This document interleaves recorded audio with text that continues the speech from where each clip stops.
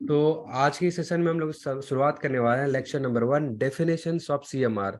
यानी जो भी परिभाषाएं कोल माइंस रेगुलेशंस में हैं उनको हम लोग यहाँ पे कवर करेंगे। ठीक है, तो सबसे पहले आप देख सकते हैं ये हमारा टॉपिक है आज का डेफिनेशन। डेफिनेशन जानने से पहले यहाँ पे हम लोग ये जानेंगे, ठीक है, डेफिनेशन जानने से पहले हम लोग ये जानेंगे कि जो हमारा कुछ इंपॉर्टेंट रेगुलेशंस के बारे में क्या मतलब इंपॉर्टेंट चीज है जो आपको जानना चाहिए। पहला बात ये, जो सेंट्रल गवर्नमेंट है वो रेगुलेशंस बनाया है। ठीक है, ये जरूर याद कर लीजिएगा, जो सेंट्रल गवर्नमेंट है ना वही रेगुलेशंस बनाती है, और 2017 वाला रेगुलेशन भी यही लोग बनाया था।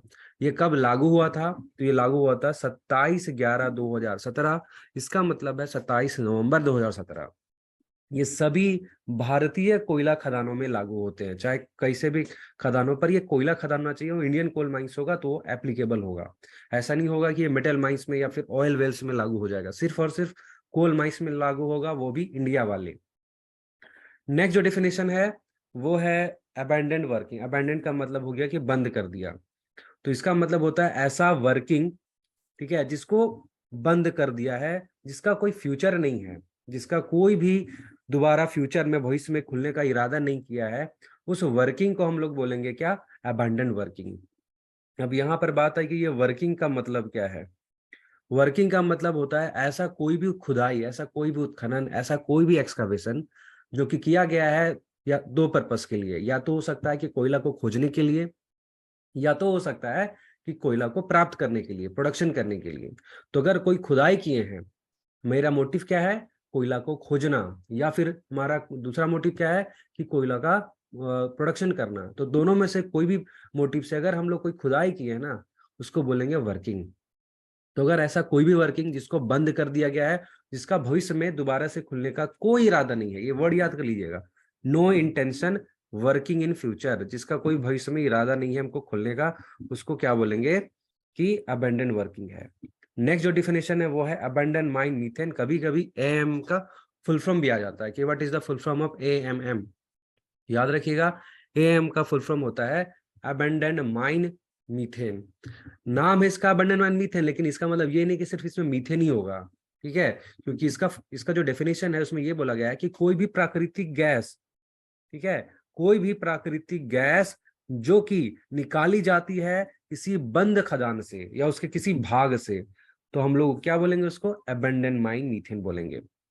एग्जाम में कभी कभी कंफ्यूज करने के लिए बोल देता है कि abandon mine methane means, option number A लिखेगा natural gas recovered from abandon coal mines, natural gas recovered from production coal mines, natural gas recovered from either of two, या फिर ऐसा लिखेगा कि methane recovered from abandon coal mines. तो methane recovered from abandon mine मत डालिएगा, इसमें डालिएगा natural gas.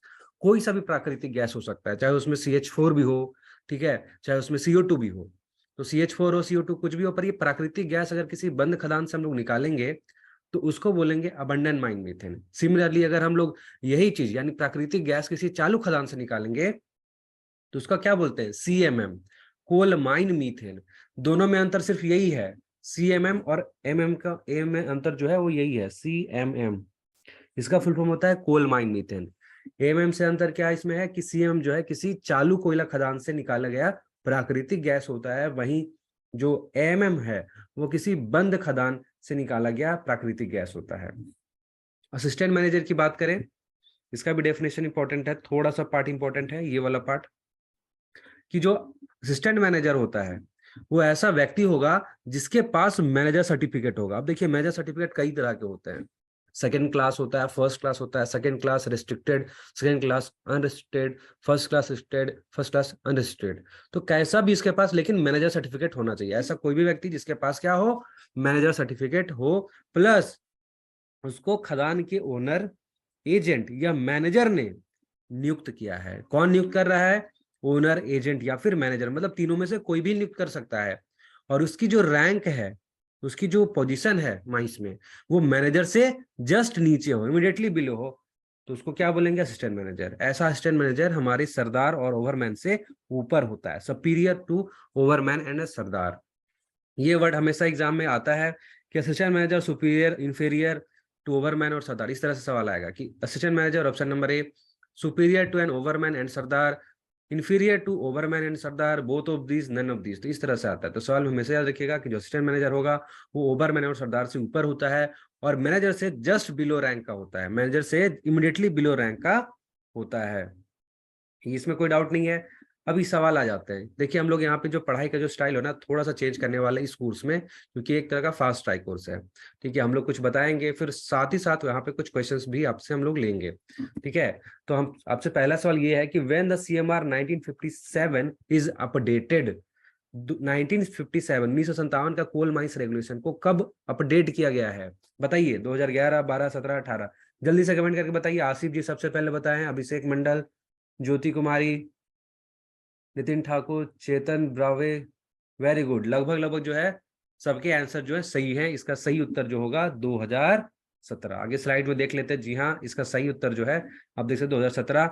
Ministry of labour and employment ने, यानी श्रम और जो बोलते हैं कि लेबर वाला जो मंत्रालय होता है, ठीक है, वो 27 नवंबर 2017 को नोटिफाई किया गया था ये coal mines regulation in the official gazette. Official gazette जो होता है उस पर यह प्रकाशित किया था 27 नवंबर 2017 को, और उसी दिन ही लागू हो गया था। कभी एग्जाम में पूछ देता घुमा के कि पब्लिश कब हुआ था coal mines regulation 2017 official gazette में, 27 नवंबर 2017। लागू कब हुआ था? 27 नवंबर 2017। दोनों डेट एक ही है, दोनों का दोनों डेट एक ही है। जिस दिन प्रकाशित हुआ उसी दिन लागू भी हो गया। कौन मंत्रालय इसको पब्लिश किया था? Ministry of labour and employment. ये कौन से, किसके अंतर्गत आता है? तो ये केंद्र सरकार के अंतर्गत आता है। ठीक है, अब आते हैं नेक्स्ट डेफिनेशन जो कि ऑक्सिलरी फैन। ठीक है, ऑक्सिलरी फैन, ऑक्सिलरी फैन का मतलब होता है कोई भी फोर्सिंग फैन या फिर एग्जॉस्टिंग फैन, मतलब हवा फेंकने वाला भी हो सकता है या हवा खींचने वाला भी हो सकता है। कहाँ पे इस्तेमाल किया जाता हो? भूमिगत भाग में इस्तेमाल किया जाता हो। wholly or mainly for ventilating one or more phases forming a part of a ventilating district। ठीक है, क्या बोला गया है कि फोर्सिंग फैन भी हो या फिर एग्जॉस्टिंग फैन भी हो, कोई दोनों में से कोई सा भी फैन हो चलेगा। कहाँ पे इस्तेमाल होता हो? भूमिगत भाग में इस्तेमाल होता हो। इसका जो मुख्य काम होता है या जो पूरा काम क्या होगा? एक या एक से अधिक फेसों का वेंटिलेशन करना किसी एक ही डिस्ट्रिक्ट में। ठीक है, एक से ज्यादा डिस्ट्रिक्ट में नहीं, किसी एक ही डिस्ट्रिक्ट का एक या एक से ज्यादा फेसों का अगर वो मेनली या होली वेंटिलेशन कराता है, ठीक है, तो उसको हम लोग क्या बोलेंगे? Auxiliary fan. भूमिगत भाग में इस्तेमाल होना चाहिए, फोर्सिंग हो चाहे एग्जॉस्ट हो, उससे मतलब नहीं है। नेक्स्ट आते हैं एवरेज आउटपुट। एवरेज आउटपुट किसको बोलते हैं? तो एवरेज आउटपुट किसी खदान का मतलब होगा कि average output per month. Average का मतलब क्या होता है? एवरेज का मतलब होता है औसत। अब औसत पर दिन का भी हो सकता है, पर डे का भी हो जाता है, पर वीक का भी कर सकते हैं, पर मंथ का भी हो सकता है, पर ईयर का भी हो सकता है, पर 3 ईयर का भी हो सकता है, पर 10 ईयर का भी औसत निकाला जा सकता है। लेकिन जब भी हम लोग खदान में शब्द इस्तेमाल करेंगे average output of a mine, तो इसका मतलब होगा कि महीने का एवरेज आउटपुट। ठीक है, कि average output per month during the preceding financial year, यानी पिछले, प्रीसीडिंग का मतलब होता है पिछले, एग्जाम में घुमा सकता है, सक्सीडिंग लिख देगा यहाँ पे। सक्सीडिंग का मतलब होता है अगला, प्रीसीडिंग का मतलब होता है पिछला।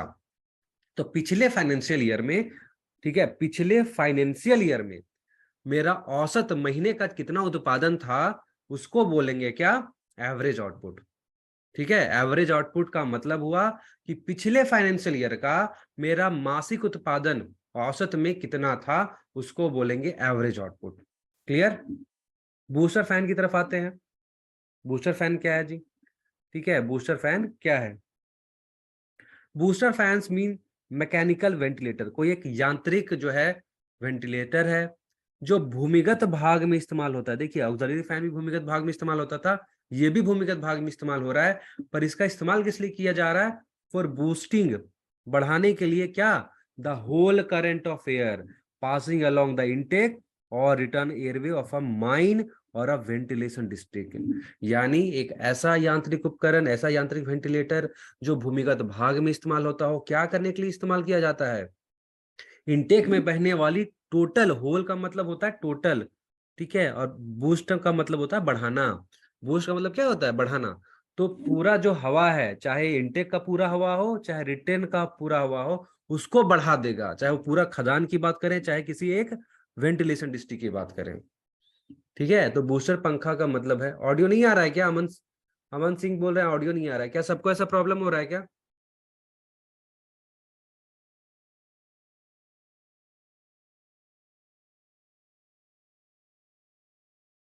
आ रहा है ना। एक अच्छा सवाल पूछे थे, कहीं कहीं 3 साल लिखा हुआ है जी, कहीं कहीं 3 साल जो लिखा हुआ है ना, वो एवरेज मटेरियल हैंडलिंग है, एएमएच है। एवरेज मटेरियल हैंडलिंग डिफाइन किया जाता है 3 सालों के लिए, लेकिन एवरेज जो आउटपुट है वो 1 साल के लिए होगा। तो एवरेज मटेरियल हैंडलिंग हम लोग डिस्कस नहीं करें, जो चीज डिस्कस करें उस पर फोकस कीजिए। सब चीज आपको एग्जाम में बताया जाएगा जो एग्जाम के लिए इंपॉर्टेंट है, टेंशन मत लीजिए आप। ऑडियो आ रहा है ना? निशांत कुमार जी बोल रहे हैं नहीं आ रहा है। Xiaomi M2101K65P वही बोल रहे नहीं है, सबको प्रॉब्लम हो रहा है क्या? आ रहा है, चलिए आ रहा है, आ रहा है। तो बूस्टर फैन का मतलब क्या हुआ? ऐसा कोई यांत्रिक वेंटिलेटर जो भूमिगत भाग में इस्तेमाल कर रहे हैं। किस लिए कर रहे हैं? किसी खदान या किसी वेंटिलेटिंग डिस्ट्रिक्ट में बहने वाली पूरी इनटेक हवा या पूरी रिटर्न हवा को बढ़ाने के लिए। मतलब पूरा खदान का ही एक तरह से बोल सकते हैं, इनटेक हवा या रिटर्न हवा को बढ़ा सकते हैं, या किसी वेंटिलेशन डिस्ट्रिक्ट के पूरे इनटेक या रिटर्न हवा को बढ़ा सकते हैं। ऐसा होता है बूस्टर फैन। बैंक्समैन की तरफ आ जाते हैं। बैंक्समैन, ठीक है। बैंक्समैन का मतलब होगा कि कोई ऐसा व्यक्ति जिसको अपॉइंट किया गया है, किस लिए? सुपरिटेंड करने के लिए। सुपरिटेंड का मतलब होता है देख रेख। क्या देख रेख जी? Lowering and raising of person, tools and materials. तो ऐसा व्यक्ति जिसको अपॉइंट किया गया है, नियुक्त किया गया है देख रेख के लिए। क्या चीज देख रेख के लिए? आदमी, औजार और कोई भी पदार्थ का लोअरिंग एंड रेजिंग। जो साफ्ट होगा, ठीक है, उसमें आदमी ऊपर जाएगा नीचे आएगा, जिसको बोलते हैं लो एंड हाविस लोकल लैंग्वेज में। तो लो हाविस देखने के लिए, प्लस और एक और इसका काम क्या है? एंड इसका मतलब प्लस हो गया। इसका और एक काम क्या है कि transmit signal at the top of a shaft और इंक्लाइन। ट्रांसमिट सिग्नल कहां पे? At the top of a shaft और इंक्लाइन। का मतलब क्या हुआ कि ऐसा कोई व्यक्ति जिसको नियुक्त किया गया है कहां पर? किसी शाफ्ट के ऊपर या इंक्लाइन के ऊपर। किस लिए? आदमी, औजार, सामान का देखरेख करने के लिए, जो लोल हाविस हो रहा है उसको देखरेख करने के लिए, प्लस सिग्नल देने के लिए। ऐसा व्यक्ति कहां पे अपॉइंट होता है? ये एग्जाम में पूछ सकता है, तो याद रखिएगा, at the top of shaft और इंक्लाइन। ये शाफ्ट में भी हो सकता है, ठीक है, और ये इंक्लाइन में भी हो सकता है, ठीक है। हमेशा याद रखिएगा, बैंक्समैन किसी शाफ्ट में भी अपॉइंटेड हो सकता है या फिर इंक्लाइन में भी अपॉइंटेड हो सकता है। मेन इसका इसका काम क्या होता है? काम होता है आदमी, सामान, औजार जो खदान के नीचे या ऊपर आ रहे हैं उसको देखरेख करना, यानी lowering and raising of person, tools and materials, वही को सुपरिटेंड करना, प्लस सिग्नल देना, सिग्नल आदान प्रदान करना, सिग्नल ट्रांसमिट करना। कहां पर रहकर? शाफ्ट के ऊपर या इंक्लाइन के ऊपर। नेक्स्ट आते हैं इनसेट। इनसेट का मतलब क्या होता है? इनसेट का मतलब होता है शाफ्ट के अंदर यानी चाणक के अंदर कोई उतरने का स्थान, कोई प्लेटफॉर्म। प्लेटफॉर्म का मतलब क्या होता है? जहां कुछ रुकता है। हम लोग बोलते हैं ना कि स्टेशन में ट्रेन इस नंबर प्लेटफॉर्म पे आ रही है, इसका मतलब क्या हुआ कि उस प्लेटफॉर्म मतलब उस जगह पे वो ट्रेन जो है रुकेगी। तो इंसेट का मतलब हो गया कि शाफ्ट में ऐसा कोई जगह जहां पर मेरा केज, या फिर हो जाएगा जो भी अपना केज या दूसरा कन्वेंस हो सकता है, तो वो लैंड करता हो, जो रुकता हो, तो वो जगह को बोलेंगे क्या? इंसेट। शाफ्ट के बीच में, ठीक है, कहां पे? Bottom of shaft and top of the shaft, इसके बीच में कोई सा भी ऐसा जगह है जहां पर केज रुकती है, उसको बोलेंगे इंसेट। इसकी परिभाषा में कोई सा भी उत्खनन जो कि बिटवीन कहां पे हो? Top and bottom of the shaft, वो भी इंसेट कहलाएगी। यानी शाफ्ट के ऊपर, यानी उसको बोलते हैं पिट टॉप। शाफ्ट के नीचे को बोलते हैं पिट बॉटम, या शाफ्ट टॉप या शाफ्ट बॉटम, जो भी आपको सही लगे इस्तेमाल कर सकते हैं। पिट टॉप या पिट बॉटम लोकल लैंग्वेज में बोलते हैं, पिट टॉप या पिट बॉटम। तो पिट टॉप और पिट बॉटम के बीच में कोई सा भी अगर कोई खुदाई किया गया है, कोई सा भी उत्खनन है, तो उसको भी बोलेंगे इंसेट। प्लस अगर शाफ्ट के बीच में कोई प्लेटफॉर्म है, कोई लैंडिंग है, प्लेटफॉर्म बता दिए जहां कैज रुकता हो, तो उसको भी बोलेंगे इंसेट, ठीक है। नेक्स्ट आते हैं एक सवाल की तरफ। क्वेश्चन यही है कि under coal mines regulation 2017 average output means. Average output का मतलब क्या है? Option number A, average output per month during preceding financial year, यानी पिछले वित्तीय वर्ष का पर महीने का औसत, बी में बताया गया है कि पिछले 2 फाइनेंशियल ईयर का पर मंथ का औसत, सी में बताया गया कि पिछले 4 साल का पर मंथ का औसत, या फिर डी में बताया गया कि पिछले 3 साल का पर मंथ का औसत। क्या होगा सही उत्तर, जल्दी से बताइए। नितिन ठाकुर, नरसिंह चौहान, क्या चेतन बर्वे, लगभग लगभग जो है सबको सही उत्तर दे रहे हैं। वेरी गुड, मतलब अच्छी पढ़ाई चल रही है आपकी। सही उत्तर जो है वो ऑप्शन नंबर ए ही है, average output per month during preceding financial year. इसी को तो बोलते हैं हम लोग ना, अभी इसी को बोल लेते हैं ना एवरेज आउटपुट, कि पर महीने का क्या होना चाहिए, मेरा प्रोडक्शन का औसत होना चाहिए पिछले फाइनेंशियल ईयर का, करंट ईयर का भी नहीं ना, सक्सीडिंग ईयर का, पिछले फाइनेंशियल ईयर का, उसको बोलेंगे एवरेज आउटपुट। चलिए एक और सवाल जो आया था एक बार एग्जाम में, उसको भी डिस्कस कर लेते हैं। Installation of booster fan in one district, अगर किसी एक डिस्ट्रिक्ट में आप बूस्टर फैन बैठाते हैं तो इससे क्या परिणाम हो सकता है बाकी डिस्ट्रिक्ट में। ऑप्शन नंबर ए, कि दूसरी डिस्ट्रिक्ट का जो हवा है वो बढ़ जाएगा, दूसरी डिस्ट्रिक्ट का हवा घट जाएगा, दूसरी डिस्ट्रिक्ट का हवा का अवरोध जो है वो कम हो जाएगा, और ऑप्शन नंबर 4 है इनमें से कुछ भी नहीं होगा। क्या उत्तर होगा जी, जल्दी से बताइए। अमन अहिरवार बोल रहे बी। रेडमी 9 प्राइम बोलने भी ठीक नहीं लगता है, एटलीस्ट नाम चेंज कर लीजिए, नाम इंसान वाला रखिए, मोबाइल थोड़ी ना है आप लोग, प्रॉपर अपना नाम रखिए। ये इसके वगैरह सब चलता है, लेकिन रेडमी 9 प्रो, मोटो E40, ये सब नाम सही नहीं लगता बोलने में। वेरी गुड, रेडमी नोट 7 जी, बी बोल रहे हैं हम। ठीक है, क्योंकि देखिए बूस्टर फैन जब लगाते हैं ना तो हवा तो बढ़ा देगा। अब चूंकि एक वेंटिलेशन डिस्ट्रिक्ट के लिए लगा रहे हैं ना, सबके लिए तो नहीं लगा रहे, खदान के लिए पूरे खदान का हवा बढ़ेगा, किसी एक वेंटिलेशन डिस्ट्रिक्ट के लिए बढ़ा लगा रहे हैं। मान के चलिए 2-2 डिस्ट्रिक्ट है, ठीक है, ये अलग डिस्ट्रिक्ट का रास्ता, ये अलग डिस्ट्रिक्ट का रास्ता है, ठीक है, और ये मेन इनटेक रास्ता है। यहाँ पे लगा दिए बूस्टर फैन, तो हवा तो पूरा बढ़ाएगा ही अपना डिस्ट्रिक्ट में, लेकिन बाकी का हवा क्या कर देगा, कम कर देगा, क्योंकि आप एक पर्टिकुलर डिस्ट्रिक्ट के लिए लगाए ना। इसका सही उत्तर क्या होगा जो आप लोग बोल रहे हैं, यानी reduces the flow of air in the other district.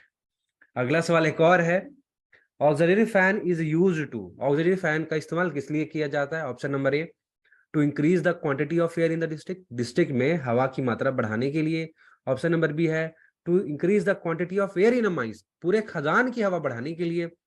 Option number C, to improve the working condition of the faces, यानी जो फेस है उसका जो काम करने का कंडीशन है उसको अच्छे से करने के लिए, बेहतर बनाने के लिए। या फिर डी नन। क्या हो सकता है सही उत्तर जी, बिना मतलब क्वेश्चन पढ़ने से पहले ही सब आंसर दे रहे हैं। वेरी गुड, निशांत कुमार ए, सावन मेहता ए, यहाँ पे थोड़ा गड़बड़ाए हैं सब कोई। ठीक है, चलिए ये थोड़ा सा क्वेश्चन लगा सही है, इसमें आप लोग थोड़ा कंफ्यूज हैं, पर फिर भी मेजोरिटी ऑफ जो भी है स्टूडेंट वो तो सही उत्तर ही दे रहे हैं। सी भी है। Very good. तो देखिए ऑक्सिलरी फैन का उद्देश्य कभी भी हवा की मात्रा बढ़ाना है ही नहीं, वो हवा बढ़ाता ही नहीं, कभी नहीं। जहां भी लगाइएगा ना वो हवा नहीं बढ़ाएगा, वो एक जगह का हवा दूसरी जगह खींच के लेके आ जाएगा, मतलब बोलते हैं ना इसकी टोपी उसकी सर, वो ये करता है, मतलब एक आदमी है समझ लीजिए। ठीक है, ये एक दूसरा आदमी है, ठीक है, इसने टोपी पहना था, ऑक्सिलरी फैन क्या करेगा, इसका टोपी इसको दे देगा और इसको पहना देगा, यही ऑक्सिलरी फैन का काम है। मतलब अगर ये मान के चलिए ये हवा जा रहा था कुछ इधर, ठीक है, तो जो हवा जा रहा था ना, अब यहाँ पे ऑक्सिलरी फैन बैठा दिए, तो ये क्या क्या इधर का हवा खींच के इधर कर दिया, ये टोटल हवा नहीं बढ़ा, हवा जितना आ रहा था मतलब 10 मीटर क्यूब है पर मिनट, तो उतना ही हवा होगा, पर जो हवा इधर जा रहा था ना इसको खींच के इधर कर दिया, तो ये क्या हो गया फेस में। अब जो है हम लोग ऑक्सीजन फैन लगाते हैं तो इससे क्या होता है कि हवा जो है फेस में जो पर्याप्त कर देते हैं, मतलब जो है हवा बढ़ता नहीं है पर फेस में जो है उस टाइम जो है वर्किंग कंडीशन इंप्रूव हो जाता है। तो मेन इसका काम जो है, ठीक है, वर्किंग फेस का, ठीक है, कंडीशन जो है इंप्रूव करना है, क्योंकि डिस्ट्रिक्ट का हवा बढ़ा नहीं सक रहा है ना, ये जो पर्टिकुलर रोडवे हुए हवा गुजर रहा था उसको खींच के दूसरे रोडवे में ले आया। अगर यहाँ जो है ना increase the quantity of air in a particular roadway होता तो मे भी हम मान सकते थे, पर डिस्ट्रिक्ट का हवा कैसे बढ़ा सकता है, खदान का हवा कैसे बढ़ा सकता है जी, है कि नहीं है। डिस्ट्रिक्ट हवा बढ़ाने के लिए तो बूस्टर फैन लगाना पड़ेगा, खदान को हवा बढ़ाने के लिए या तो बूस्टर फैन या तो एमएमबी बढ़ाइए। ठीक है, देख सकते हैं सही उत्तर क्या है, to improve the working condition at faces. सबको समझ में आ रहा है ना।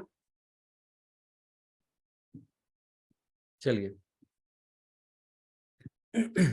Very good very good. चलिए आगे आते हैं। सीएमएम क्या, सीएमएम के बारे में बता रहे हैं, सीएम तो बता चुके थे फिर भी बता दे रहे हैं। सीएमएम का फुल फॉर्म याद कर लीजिएगा, कोल माइन मीथेन होता है। इसका मतलब भी होता है कोई ऐसा प्राकृतिक गैस जो किसी चालू कोयला खदान या उसके भाग से निकाली जाती हो, रिकवर की जाती हो, तो उसको बोलेंगे क्या, उसको बोलेंगे हम लोग कि ये है coal mine methane. Coal mine methane और एबंडेंट माइन मीथेन, दोनों में फर्क, और फर्क सिर्फ इस बात का है कि वो खदान चालू है कि बंद है। चालू खदान सीएमएम हो जाएगा, बंद हो गया तो एएमएम हो जाएगा।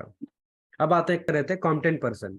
कॉम्पिटेंट पर्सन किसी काम, किसी मशीनरी, किसी प्लांट या किसी इक्विपमेंट के संदर्भ में होगा कि ऐसा कोई व्यक्ति जिसकी उम्र जो है 20 साल हो गई है, जिसको मैनेजर ने राइटिंग में अपॉइंट किया है, लिखित में अपॉइंट किया है as a competent person, competent person के रूप में उसको अपॉइंट किया है। किस लिए अपॉइंट किया है?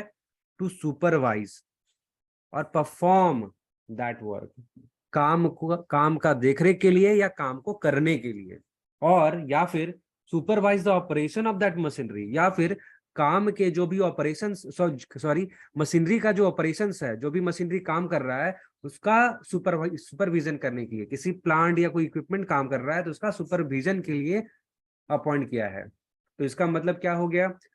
कॉम्पिटेंट पर्सन का मतलब ऐसा व्यक्ति जिसका एज 20 साल हो कम से कम, राइटिंग में मैनेजर के द्वारा अपॉइंटेड हो किसी काम को करने के लिए या किसी काम को देखरेख के लिए। जैसे शॉर्ट फायरर काम की देखरेख के लिए भी अपॉइंट होता है कि नहीं होता है, जो भी चार्जिंग वार्जिंग हो रहा है उसकी देखरेख में हो रहा है।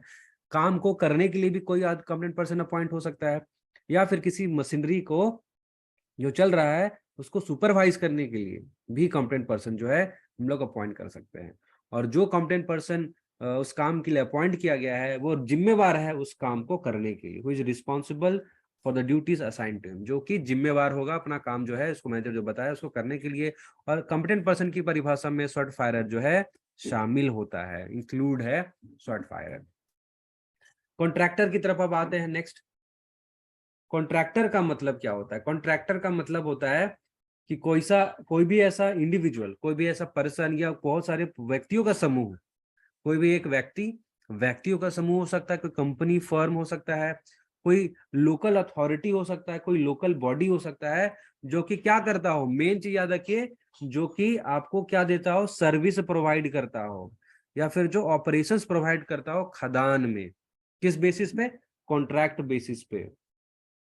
कॉन्ट्रैक्ट बेसिस पे कोई सा भी व्यक्तियों के समूह, कंपनी अगर आपको खदान में सर्विस दे रहा है या ऑपरेशंस प्रोवाइड कर रहा है तो इसको बोलेंगे क्या? कॉन्ट्रैक्टर।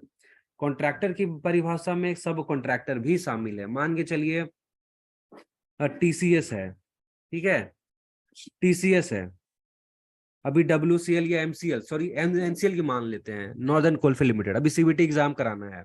अभी एनसीएल क्या किया कि इसको कॉन्ट्रैक्ट दिया टीसीएस को। टीसीएस क्या किया? कॉन्ट्रैक्ट लिया कि ठीक है आपको हम सर्विसेज देंगे। क्या सर्विसेज देंगे? कि आपका एनसीएल का सरदार ओवरमैन का एग्जाम जो है ना हम कॉन्ट्रैक्ट बेसिस पे हम करा लेंगे। ठीक है, तो ये क्या हुआ? कॉन्ट्रैक्टर। अब टीसीएस क्या किया ना, टीसीएस जो है था वो काम खुद नहीं किया, वो विप्रो को भेज दिया। विप्रो भी आईटी कंपनी है, बोला कि ठीक है हम तुमको पैसा देते हैं विप्रो, तुम ये काम करवा दो। तो ये क्या हुआ? ये हो गया सब कॉन्ट्रैक्टर। विप्रो क्या हो गया? सब कॉन्ट्रैक्टर। और मेन कॉन्ट्रैक्टर कौन है? टीसीएस है।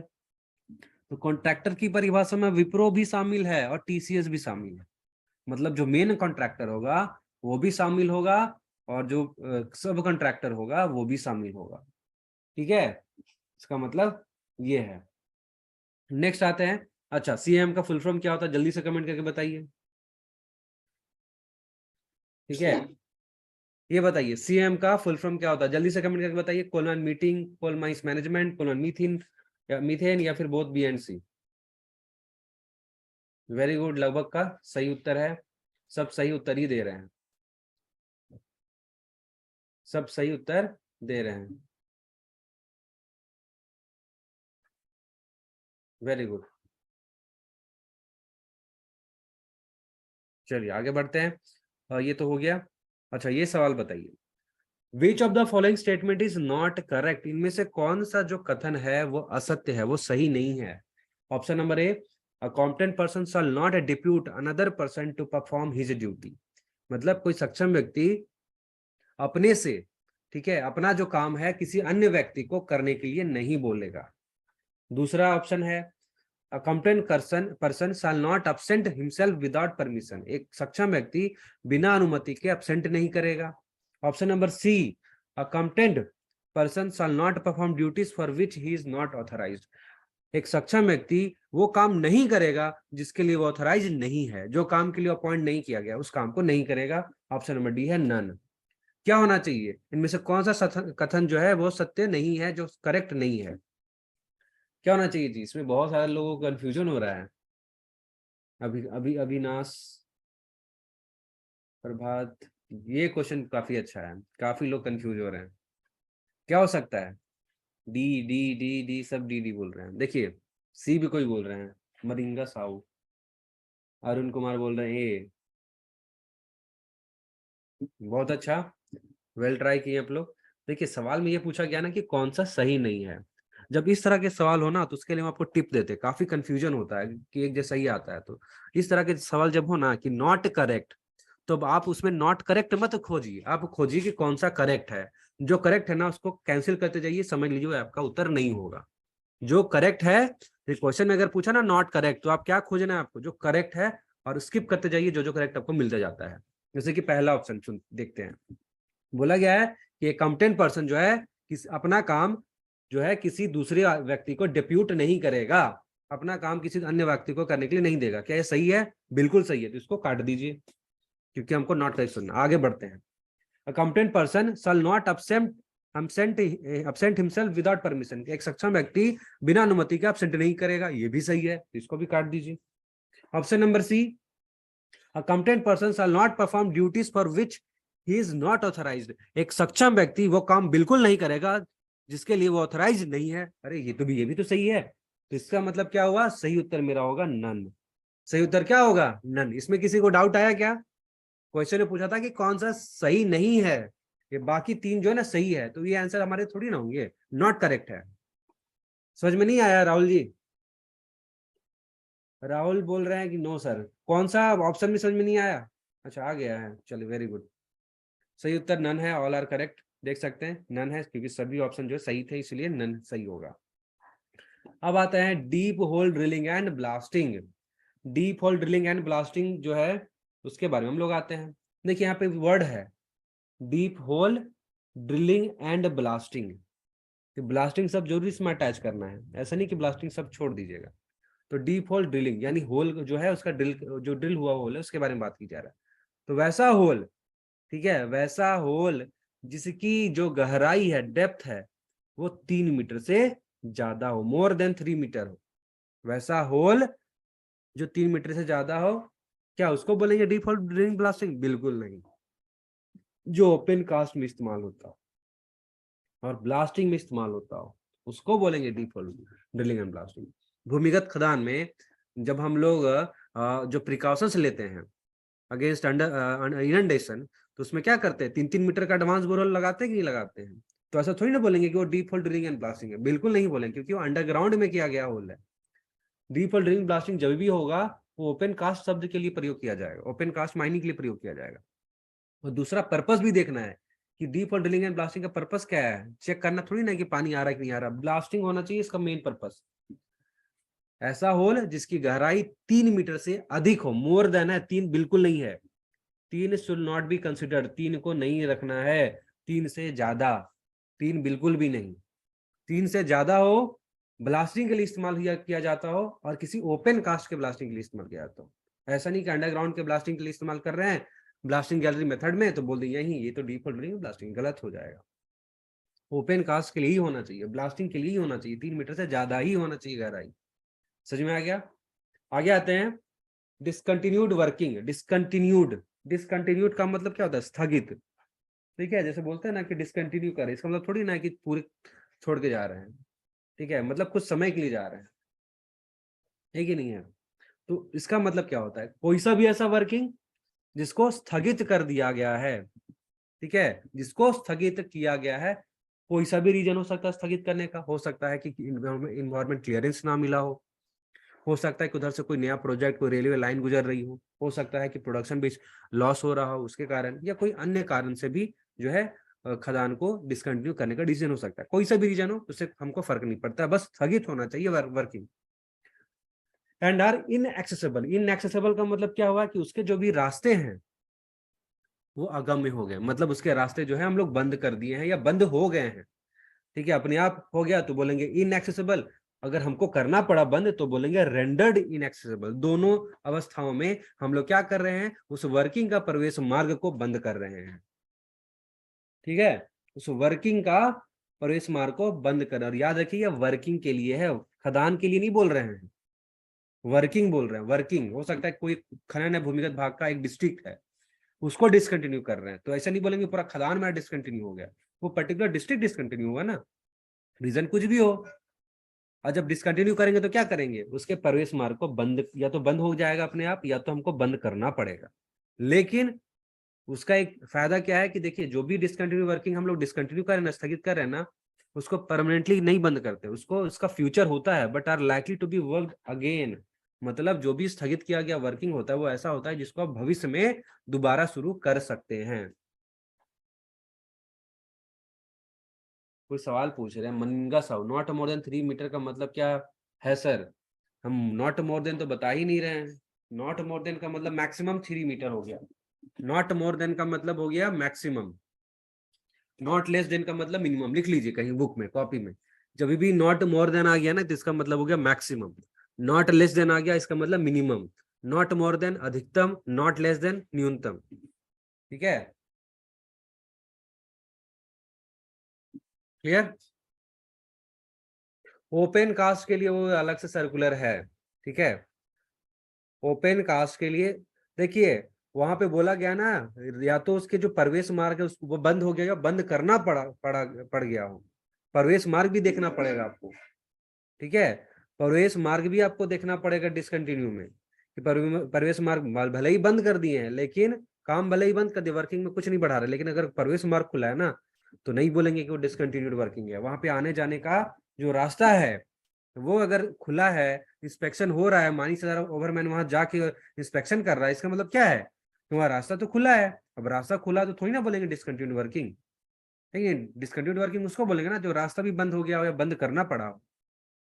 ये भी ध्यान में रखना है आपको। अब आता है डिसयूज वर्किंग। ठीक है, डिसयूज वर्किंग का मतलब हो गया, ठीक है, खदान में वैसा वर्किंग जिसमें काम जो है ना, सिर्फ काम जो है अस्थायी रूप से बंद है वहां पे, वो टेम्पररी है, अस्थायी रूप से बंद है, परमानेंटली नहीं है, सिर्फ काम। खदान का ऐसा कोई सा भी वर्किंग जहां पर काम अभी बंद है, ठीक है, जहां पर काम बंद है उसको बोलेंगे disuse working, but which are accessible, जहां पर आप जा सकते हैं, काम बंद है लेकिन आना जाना वहां पे चालू है। एंड इंक्लूड अनयूज वर्किंग, वैसे वर्किंग जो इसको यूज में नहीं ले रहे हैं उनको भी हम लोग क्या बोलेंगे, डिसयूज वर्किंग। डिसयूज वर्किंग में अंतर क्या है कि ये जो इसके रास्ते होते हैं वो एक्सेसिबल होते हैं, रास्ते जो है ना आने जाने योग्य होते हैं, वहां पे आदमी जा सकता है। डिसकंटिन्यूड में आदमी नहीं जा सकता है, अबंडन में तो छोड़ ही दिए, पूरा बंद ही हो गया तो जा भी उसमें भी नहीं सकते हैं। बट अबंडन में क्या है कि फ्यूचर है ही नहीं, डिसकंटिन्यूड में फ्यूचर है, और डिसयूज में थोड़ी ना कुछ है, यहाँ पे तो सिर्फ अस्थायी रूप से सिर्फ हम काम खाली बंद किए हैं, आना जाना तो लगा ही है। ठीक है, तो ये हुआ disuse, discontinued and abandon. Face में आ जाते हैं अब हम लोग। What is face? फेज का मतलब क्या है, किसी वर्किंग प्लेस का आगे बढ़ता हुआ भाग, कोई सा भी वर्किंग प्लेस जिसका कोई भाग है जो आगे बढ़ रहा है उस पर्टिकुलर भाग को बोलेंगे हम लोग फेस। या फिर बोल सकते हैं किसी गैलरी, किसी रास्ता या ड्रिफ्ट का अंदर वाला सिरा, इन बाय एंड, कोई गैलरी रोडवे ड्रिफ्ट का अंदर वाला जो सिरा होगा उसको बोलेंगे फेस। या फिर किसी वर्किंग प्लेस का आगे बढ़ता हुआ भाग होगा उसको बोलेंगे फेस। फायरी सिम में आते हैं। फायरी सिम का मतलब होता है कोई ऐसा सिम जिसमें आग लगा हो या स्पॉन्टेनियस हिटिंग हो, या तो आग भी हो सकता है या स्पॉन्टेनियस हिटिंग हो सकता है, चाहे वो सिम भूमिगत वाली सिम हो चाहे वो ओपन कास्ट वाली सिम हो, लेकिन मेन चीज क्या है, वो माइन बाउंड्री के अंदर होना चाहिए। ठीक है, ऐसा सिम जिसमें आग लगा हो, स्पॉन्टेनियस हिटिंग हो, भूमिगत भाग में हो, ओपन कास्ट में हो, माइन बाउंड्री के अंदर बस रहना चाहिए, उस सिम को बोल देंगे क्या, फायरी सिम। सवाल अब चलिए बनाते हैं। क्वेश्चन नंबर देखिए यहाँ पे, deep hole drilling and blasting is defined as drill holes more than dash metre in depth and use for open cast working. ठीक है, बताइए कि डीप होल ड्रिलिंग ब्लास्टिंग का मतलब होता है वैसे ड्रिल होल जिसकी जो गहराई है कितने मीटर ज्यादा होगी और ओपन कास्ट में इस्तेमाल होगी। क्या होगा, ए बी, सॉरी यहाँ ई हो गया है, सॉरी 2 बार हो गया है, एक सेकंड, हम इसको काट दीजिए। अब सही है। ABCD क्या होगा सही उत्तर? देखिए वैल्यू मत बताइए, आंसर बताइए। ठीक है, वैल्यू नहीं बताना है, आंसर बताइए। ABCD में से कौन सा होगा? बी होगा। चलिए, वेरी गुड। ठीक है, इसका सही उत्तर होगा बी। नहीं, गलती हो गया यहाँ पे टाइप किया हुआ, सॉरी, ये गलती से यहाँ लिख दिया है, इसका सही उत्तर होगा बी। ठीक है, ये गलती से यहाँ पे लोग कर दिए होंगे टाइप। चलिए आगे आता है फाइनेंशियल ईयर। फाइनेंशियल ईयर का मतलब क्या होता है? फाइनेंशियल ईयर का मतलब देखिए, ईयर है ना, ईयर का मतलब जान लीजिए 12 महीना, ये तो फिक्स है। जो भी चीज में ईयर आ गया ना, चाहे कैलेंडर ईयर, फाइनेंशियल ईयर या कोई सा भी ईयर आ गया, तो इसका मतलब है 12 महीना। अब ये जो 12 महीना है, ये कब शुरू होता है उसके लिए आपको आगे देखना होगा, ईयर के आगे क्या लगा हुआ है। अगर ईयर के आगे फाइनेंशियल लगा हुआ है, इसका मतलब ये 12 महीने का जो समय है शुरू होगा अप्रैल का पहला दिन से, यानी 1 अप्रैल। 1 अप्रैल से शुरू होगा फाइनेंशियल ईयर, और कब तक लास्ट करेगा? मार्च में। ठीक है, मार्च में अगले साल। ठीक है, सक्सेसिव ईयर का मतलब क्या हुआ? अगले साल। जैसे कि हम बात करें इस फाइनेंशियल ईयर की, तो ये जो फाइनेंशियल ईयर है कौन सा चल रहा होगा? अभी दिसंबर है ना, कौन सा? 2022 है ना, 30।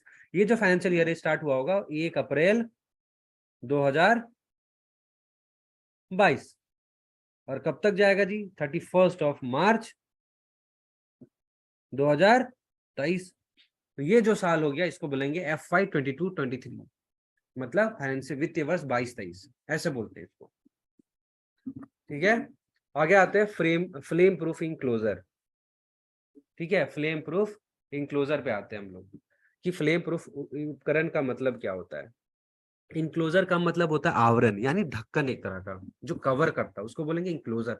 इंक्लोजर का मतलब क्या है? मान के चलिए कोई चीज रखा हुआ, इसको आप ढक दिए, तो ये ढकने वाला जो पार्ट हो गया ना, उस पार्ट को क्या बोलेंगे हम लोग? इनक्लोजर। तो फ्लेम प्रूफ इंक्लोजर का मतलब यह है कि फ्लेम प्रूफ इंक्लोजर का मतलब ऐसा आवरण, ऐसा ढक्कन जो किसके लिए इस्तेमाल होता हो? बिजली के उपकरण के लिए, बिजली मशीनरी के लिए इस्तेमाल होता हो, जो कि विथ स्टैंड कर सकता है, सह सकता है। विथ स्टैंड का मतलब सहना। क्या सहेगा? वॉइस नहीं आ रहा है क्या? किसी को प्रॉब्लम हो रहा है? बोल रहे रवि केसरी, आवाज नहीं आ रहा, प्रॉब्लम हो रहा है क्या सबको? चलिए, वेरी गुड। तो बोला गया है कि फ्लेम प्रूफ इंक्लोजर का मतलब हुआ कि ऐसा आवरण, ऐसा ढक्कन जो किसी बिजली के मशीन के लिए, अपरेटस के लिए इस्तेमाल किया जाता हो, जो कि विथ स्टैंड कर जाता हो क्या? Internal explosion. इंटरनल एक्सप्लोजन का मतलब क्या हुआ? कि मतलब ये उपकरण है, ठीक है, ये अपरेटस है, और ये हम बना दिए, ये है मेरा बाहर का फ्लेम प्रूफ इंक्लोजर। तो इसका मतलब क्या है कि अंदर में ना गलती से विस्फोट हो गया, ये मान के चलिए रेड कलर से विस्फोट हो गया, तो ये सह लेगा। ठीक है, ये जो ढक्कन है ना, ये सह लेगा। ठीक है, टूटेगा नहीं, खराब नहीं होगा। ये अंदर का अगर विस्फोट होता है, कौन चीज का विस्फोट होगा जी? ज्वलनशील गैस का अगर विस्फोट होता है तो वो सह लेगा। ठीक है, वो सह लेगा। एंड विदाउट सफरिंग डैमेज, बोला बिना किसी हानि के ये सहेगा। ठीक है, बिना किसी हानि के सहेगा। और यहाँ पे देखिए बोला गया है कि internal explosion of inflammable gas और वेपर विच में इंटर और ओरिजिनेट इनसाइड द क्लोजर। मतलब क्या है कि बाहर अगर एक्सप्लोजन हुआ ना, ठीक है, बाहर अगर एक्सप्लोजन हुआ, तो अगर कोई गैसें हैं तो इसके अंदर जो है ना, ठीक है, गैस चला गया होगा, गैस तो चला ही जाता है, अगर चिंगारी उत्पन्न हो तो विस्फोट अंदर भी हो सकता है। ठीक है, पर अगर विस्फोट अंदर होता है तो बोला गया है कि ये जो मेरा इंक्लोजर है उसको कोई हानि नहीं होगा, विदाउट सफरिंग एनी डैमेज। उसको कोई चोट नहीं लगेगा, मतलब वो सह जाएगा, टूटेगा फटेगा नहीं।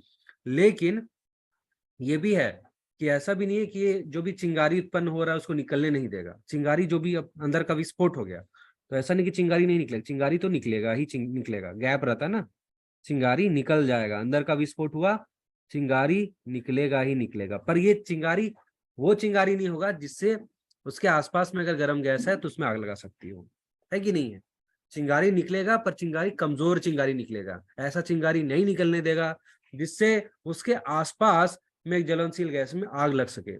तो ऐसा यहाँ पे बोला गया है, without communicating the internal inflammation to the external inflammable gas or vapor in which it is designed to be used through any joints or the structure or opening in the closure। मतलब ऐसा उपकरण जो अपने अंदर के विस्फोट को बिना हानि के सह सकता है और सिर्फ ऐसी लपट को या चिंगारी को बाहर आने से रोक देता है जिससे उसके आसपास गर्म गैस या ज्वलनशील गैस में आग लग सकती है, तो उस आवरण को बोलेंगे, उस ढक्कन को बोलेंगे ये फ्लेम प्रूफ ढक्कन है, फ्लेम प्रूफ इंक्लोजर है। अगर किसी ये फ्लेम प्रूफ का ढक्कन किसी पंप में लगा दिए तो बोलेंगे ये पंप मेरा फ्लेम प्रूफ apparatus हो गया, ये पंप मेरा क्या हो गया, फ्लेम प्रूफ apparatus हो गया। किसी चीज में लगा दीजिए, ठीक है, ये ढक्कन, तो वो apparatus या जो मशीनरी हो जाएगा वो फ्लेम प्रूफ हो गया, है कि नहीं है? तो ये हो गया फ्लेम प्रूफ। अच्छा, फेस का मतलब बताइए जल्दी से। Face means moving front of what, any working place, the in by end of gallery, roadway और drift, all of the above. जल्दी से बताइए फेस का मतलब क्या होगा जी। वेरी गुड, राहुल जी बोल रहे हैं D off, Rahul ji, Basant ji, Tipu ji very good, D D बोल रहे हैं, रवि कुमार सब डी बोल रहे हैं। Very good, very good, very good, सब डी बोल रहे हैं। ठीक है, इस बार जो आप लोग गलत हो गए, इस बार आप लोग गलत हो गए, इस बार गलत हो गए आप लोग सब। ठीक है, अब बहुत कोई करेक्शन करना स्टार्ट किया है। क्वेश्चन ध्यान से पढ़ना है, जो क्वेश्चन इजी रहे ना उसको ध्यान से पढ़ना है। ठीक है, इसमें तो आप लोग गड़बड़ हो गए। सवाल में है क्या पहले वो तो पढ़िए। सवाल में क्या था, face means the moving front of, यानी फेस का मतलब किसी, किसका आगे बढ़ता वो भाग है किसका आगे बढ़ता वो भाग है, किसी गैलरी के अंदर वाला सिरे का थोड़ी ना बढ़ता वो भाग है, किसी रास्ते या ड्रिफ्ट का थोड़ी ना अंदर वाला अंदर बढ़ता वो भाग है, ये किसी वर्किंग प्लेस का आगे बढ़ता वो भाग है ना। तो सही उत्तर क्या होगा, वर्किंग प्लेस। समझ में आया? क्वेश्चन ऐसे ही घुमाते हैं एग्जाम में, तुमको लगता है कि सही आ रहे हैं लेकिन पता बाद में आ रहा है कि नहीं वो गलत हो गया, नंबर कम आया। इसलिए क्वेश्चन को अच्छे से पढ़िए। चलिए आगे आते हैं। इसको हमको तो बताने की जरूरत नहीं है, जो भी जीटी पास किए होंगे, आजकल तो खैर जीटी फ्री में मिल रहा है, पर जो भी एग्जाम देके पास किए होंगे ये 3 डेफिनेशन तो जरूर रट के जाते होंगे। First degree, second degree, third degree. FLP एक बार और बता दें। एफएलपी का मतलब हो गया कि ऐसा कोई भी आवरण, ऐसा कोई सा भी इंक्लोजर जो अपने अंदर के ज्वलनशील गैस को, गैस के विस्फोट के को बिना किसी हानि के सह सकता है वो ढक्कन, पर ऐसी चिंगारी ऐसी लपट बाहर निकलने नहीं देता जिससे उस उपकरण के या उस एपरेटस के या उस मशीनरी के आसपास अगर कोई गर्म गैस है उसमें आग लग सके। तो एग्जाम्पल में आप ले सकते हैं अपना जो पंप होता है वो भी हम लोग का फ्लेम प्रूफ हम लोग इस्तेमाल करते हैं। ठीक है, जो भी मशीनरीज हम लोग इस्तेमाल करते हैं, बहुत सारा चीज जो है वो आपका फ्लेम प्रूफ होता है। जो हमारा जो लैंप होता है भूमिगत खदान में, जो इलेक्ट्रिक लाइट्स होते हैं, वो भी फ्लेम प्रूफ के इंक्लूजर में रहता है ना। जो एवीए वगैरह होता है, ऑडियो विजुअल अलार्म वगैरह हो गया, ठीक है, उसमें भी जो ढक्कन वगैरह होता है वो उसमें फ्लेम प्रूफ डाल देते हैं। ठीक है, इस क्लास की रिकॉर्डिंग मिलेगी जिन लोगों ने कोर्स परचेस किया है, तो वहां पे उनको मिल जाएगा, वो ऐप में ही मिल जाएगा। ठीक है, आगे आते हैं। अभी जो मेन चीज है उसको पढ़ते हैं, बाद में ये सब चीज डिस्कस कर लेंगे। ठीक है, वो आएंगे कैप लैम्प वाला, हम अभी आपको बताएंगे। ठीक है, जो चीज जहाँ पे बताना चाहिए वहां पे बताएंगे। बहुत सारा चीज जो है जिस टाइम पे बताना चाहिए, ठीक है, उसी टाइम पे बताएंगे। ठीक है, से कोर्स जो है खिंचता है इसमें। चलिए अब आते हैं फर्स्ट डिग्री गैसी सिम। गैसी सिम और फर्स्ट डिग्री का मतलब क्या होगा। इसका मतलब होगा कोयला सिम या उसका कोई भाग, ठीक है, माइन बाउंड्री के अंदर होना चाहिए, ओपन कास्ट तो बिल्कुल नहीं होना चाहिए, चाहे उसमें ज्वलनशील गैस पाई जाती हो या फिर नहीं पाई जाती हो।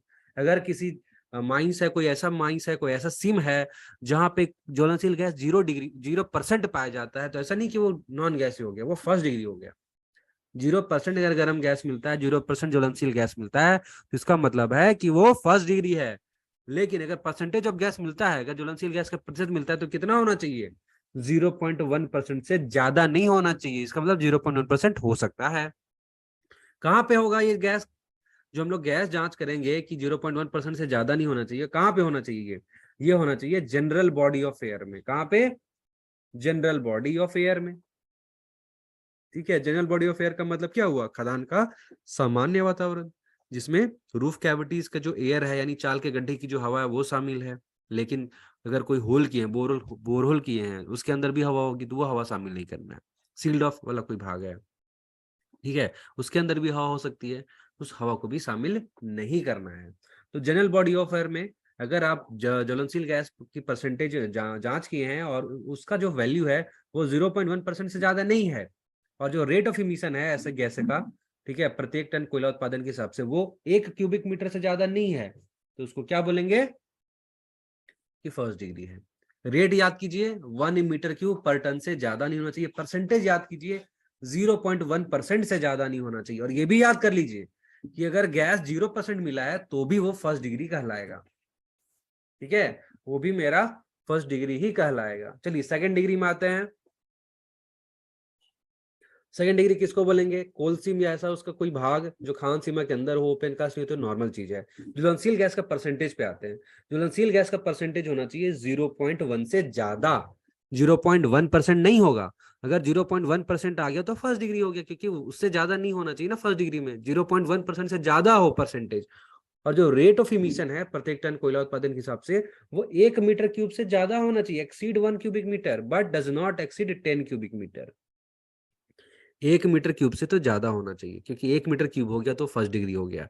1 मीटर क्यूब से ज्यादा हो, पर 10 मीटर क्यूब से ज्यादा नहीं हो। अब 10 मीटर क्यूब से ज्यादा नहीं हो, इसका मतलब क्या है कि 10 मीटर क्यूब हो सकता है, क्योंकि बोला है ना कि 10 मीटर क्यूब से ज्यादा नहीं है, मतलब उतना तो हो सकता है। तो 10 मीटर क्यूब है तो सेकंड डिग्री है। 1 मीटर क्यूब है फर्स्ट डिग्री है। 1 मीटर क्यूब से ज्यादा है सेकंड डिग्री है।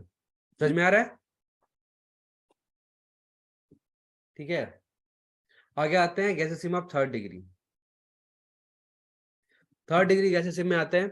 बोला गया है कि ऐसा कोयला सिम या उसका भाग, ठीक है, ऐसा कोयला सिम या उसके भाग जो खान सीमा के अंदर वो ओपन कास्ट नहीं है, उसमें रेट जो है इमिशन, मीथेन रेट का इमिशन जो है, वो रेट ऑफ इमिशन जो होगा वो 10 मीटर क्यूब से ज्यादा होना चाहिए। Exceed 10 cubic metre. मतलब ऐसा कोयला सिम या उसका भाग खान सीमा के अंदर हो, ओपन कास्ट नहीं हो, उसमें परसेंटेज से हमको कोई मतलब है ही नहीं।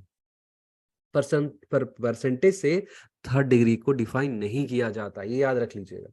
परसेंटेज से हम लोग कभी भी थर्ड डिग्री को डिफाइन नहीं करते। हम लोग डिफाइन करते हैं सिर्फ रेट ऑफ इमिशन से, कि कितना मीटर क्यूब मेरा ज्वलनशील गैस निकल रहा है प्रत्येक टन कोयला उत्पादन के हिसाब से। तो अगर वो 10 मीटर क्यूब से ज्यादा हो गया, बोल देंगे कि वो थर्ड डिग्री है। Simple. General body of air में आ जाते हैं। जनरल बॉडी ऑफ एयर का मतलब क्या है? जनरल बॉडी ऑफ एयर का मतलब हुआ कि किसी कोयला सिम का सामान्य वातावरण जिसमें रूफ कैविटीज के एटमॉस्फेयर शामिल है। मतलब रूफ कैविटीज यानी चाल के गड्ढे की जो हवा है वो शामिल है, परंतु बट डज नॉट यहाँ पे होना चाहिए। व्हाइट हो गया लगता है, एक सेकंड, इसमें हम टाइप ही कर लिख ही देते हैं। But does not include general atmosphere, ठीक है, in the sealed off area. यहाँ पे भी छूट गया, sealed off area and air in the borehole, in the borehole. ठीक है ये छूट गया है। तो जनरल बॉडी ऑफ एयर का मतलब समझ में आ गया। ठीक है, कैलकुलेशन वगैरह सब चीज देखिए मनिका साहू जी, ये पार्ट वाइज हमको डिस्कस करना है। ठीक है, लेक्चर 1 है डिफिनेशंस का, जब उस टाइम में वहां पे आएंगे ना वेंटिलेशन वाला टॉपिक पे, तो वहां पर सारा कुछ बता देंगे। ठीक है, जनरल बॉडी ऑफ एयर का मतलब हो गया किसी कोयला सिम का सामान्य वातावरण जिसमें चाल के गड्ढे की हवा शामिल है, और जिसमें जो किसी सील्ड ऑफ एरिया का जो एटमॉस्फेयर होता है उसका अंदर का जो हवा होता है, किसी बोरहोल के अंदर का जो हवा होता है उसको शामिल नहीं करना है, तो उसको बोलेंगे क्या? ये जनरल बॉडी ऑफ एयर है। ठीक है, उसको बोलेंगे जनरल बॉडी ऑफ एयर। भूमिगत भाग के लिए ना होगा, किसके लिए होगा बताइए जनरल बॉडी ऑफ एयर शब्द किसके लिए प्रयोग किया गया है? डिग्री ऑफ गैसिनेस के लिए प्रयोग किया है ना। अब डिग्री ऑफ गैसिनेस किसके लिए होता है? ओपन कास्ट के लिए थोड़ी ना होता है कि नहीं है? रिटर्न भी इंक्लूड होगा, सब जगह इंक्लूड होगा। रिटर्न हम सब जगह इंक्लूड होगा, जहां आप खदान के बारे में सोच सकते हैं ना, सब जगह इंक्लूड कर लीजिए हवा। बस 2 जगह का हवा इंक्लूड मत कीजिए, सील्ड वाला ही जगह का और बोरहोल का। बाकी जहां का इंक्लूड कराना है अविनाश कुमार राउत जी, वहां करा लीजिए, कोई कोई से दिक्कत नहीं है। ठीक है, अब आता है गोफ। व्हाट इज गोफ? ये बहुत बार एग्जाम में रिपीट किया गया है। गोफ का मतलब क्या होता है? गोफ का मतलब होगा कि भूमिगत वर्किंग का वह भाग जहां से पूरा पिलर या पिलर का कोई भाग निकाल लिया गया हो। ठीक है, कोई पिलर था, पूरा पिलर ही निकाल दिया, वो गोफ बन गया। पिलर था, उसका 10 मीटर का भाग आप निकाल दिया तो 10 मीटर खाली हो गया, तो वो भी 10 मीटर का भाग क्या हो गया? वो गोफ हो गया। अगर आप लॉन्ग वॉल की बात करें तो ऐसा भाग जहां से कोयला निकाला जा चुका है जो कि वर्किंग प्लेस नहीं है। गोफ कभी भी वर्किंग प्लेस नहीं होता है। भूमिगत वर्किंग का वह भाग जहां से पिलर या पिलर का भाग निकाला जा चुका है, ठीक है, जो कि वर्किंग प्लेस नहीं है। या फिर लॉन्गवॉल का वह भाग जहां से कोयला निकाला जा चुका है जो कि वर्किंग प्लेस नहीं है, तो उसको क्या बोलेंगे? गोफ। ब्लास्टिंग होल आएगा कि नहीं? यही आएगा। बोरहोल नहीं आएगा ना। हॉलोड, हॉलोड में आते हैं। हॉलोड का मतलब क्या होता है? मींस एनी पैसेज और road which is maintained and used in relation with the working of open cast mines for plying of machinery within the precincts of the mine। Hollowed का मतलब क्या होगा? हॉलोड का मतलब होगा रास्ता। अब ये रास्ता तो बहुत दूर होता है, खदान से लेके पता चला दिल्ली, बंबई, पूरा पूरा इंडिया भर का रास्ता हो गया। तो कहाँ तक का रास्ता? पूरा रास्ता खदान सीमा के अंदर तक का रास्ता, ठीक है। कौन सा खदान का? ओपन कास्ट खदान तक का रास्ता जो खदान सीमा के अंदर हो, ठीक है। किस लिए? मशीनरी का प्लाइंग के लिए, मतलब मशीनरी के चलने के लिए। ऐसा कोई सा भी रास्ता जिसकी देखरेख, जिसका प्रयोग ओपन कास्ट माइंस के वर्किंग के लिए होता है for their machinery with in mine boundary, तो उसको बोलेंगे क्या? कि ये हॉल रोड है, ठीक है। हॉल रोड माइन बाउंड्री के अंदर होना चाहिए, मशीन के चलाने के लिए होना चाहिए, ओपन कास्ट के मशीनों के चलाने के लिए होना चाहिए, तो उसको क्या बोलेंगे? Haul road. चलिए क्वेश्चन सॉल्व कीजिए। तो inflammable gas shall be deemed to be found by methane detector as 0.5% और मोर फॉर माइन हैविंग कौन सा? 0.5% या ज्यादा गैस मिला है जी, कौन सा डिग्री है बताइए।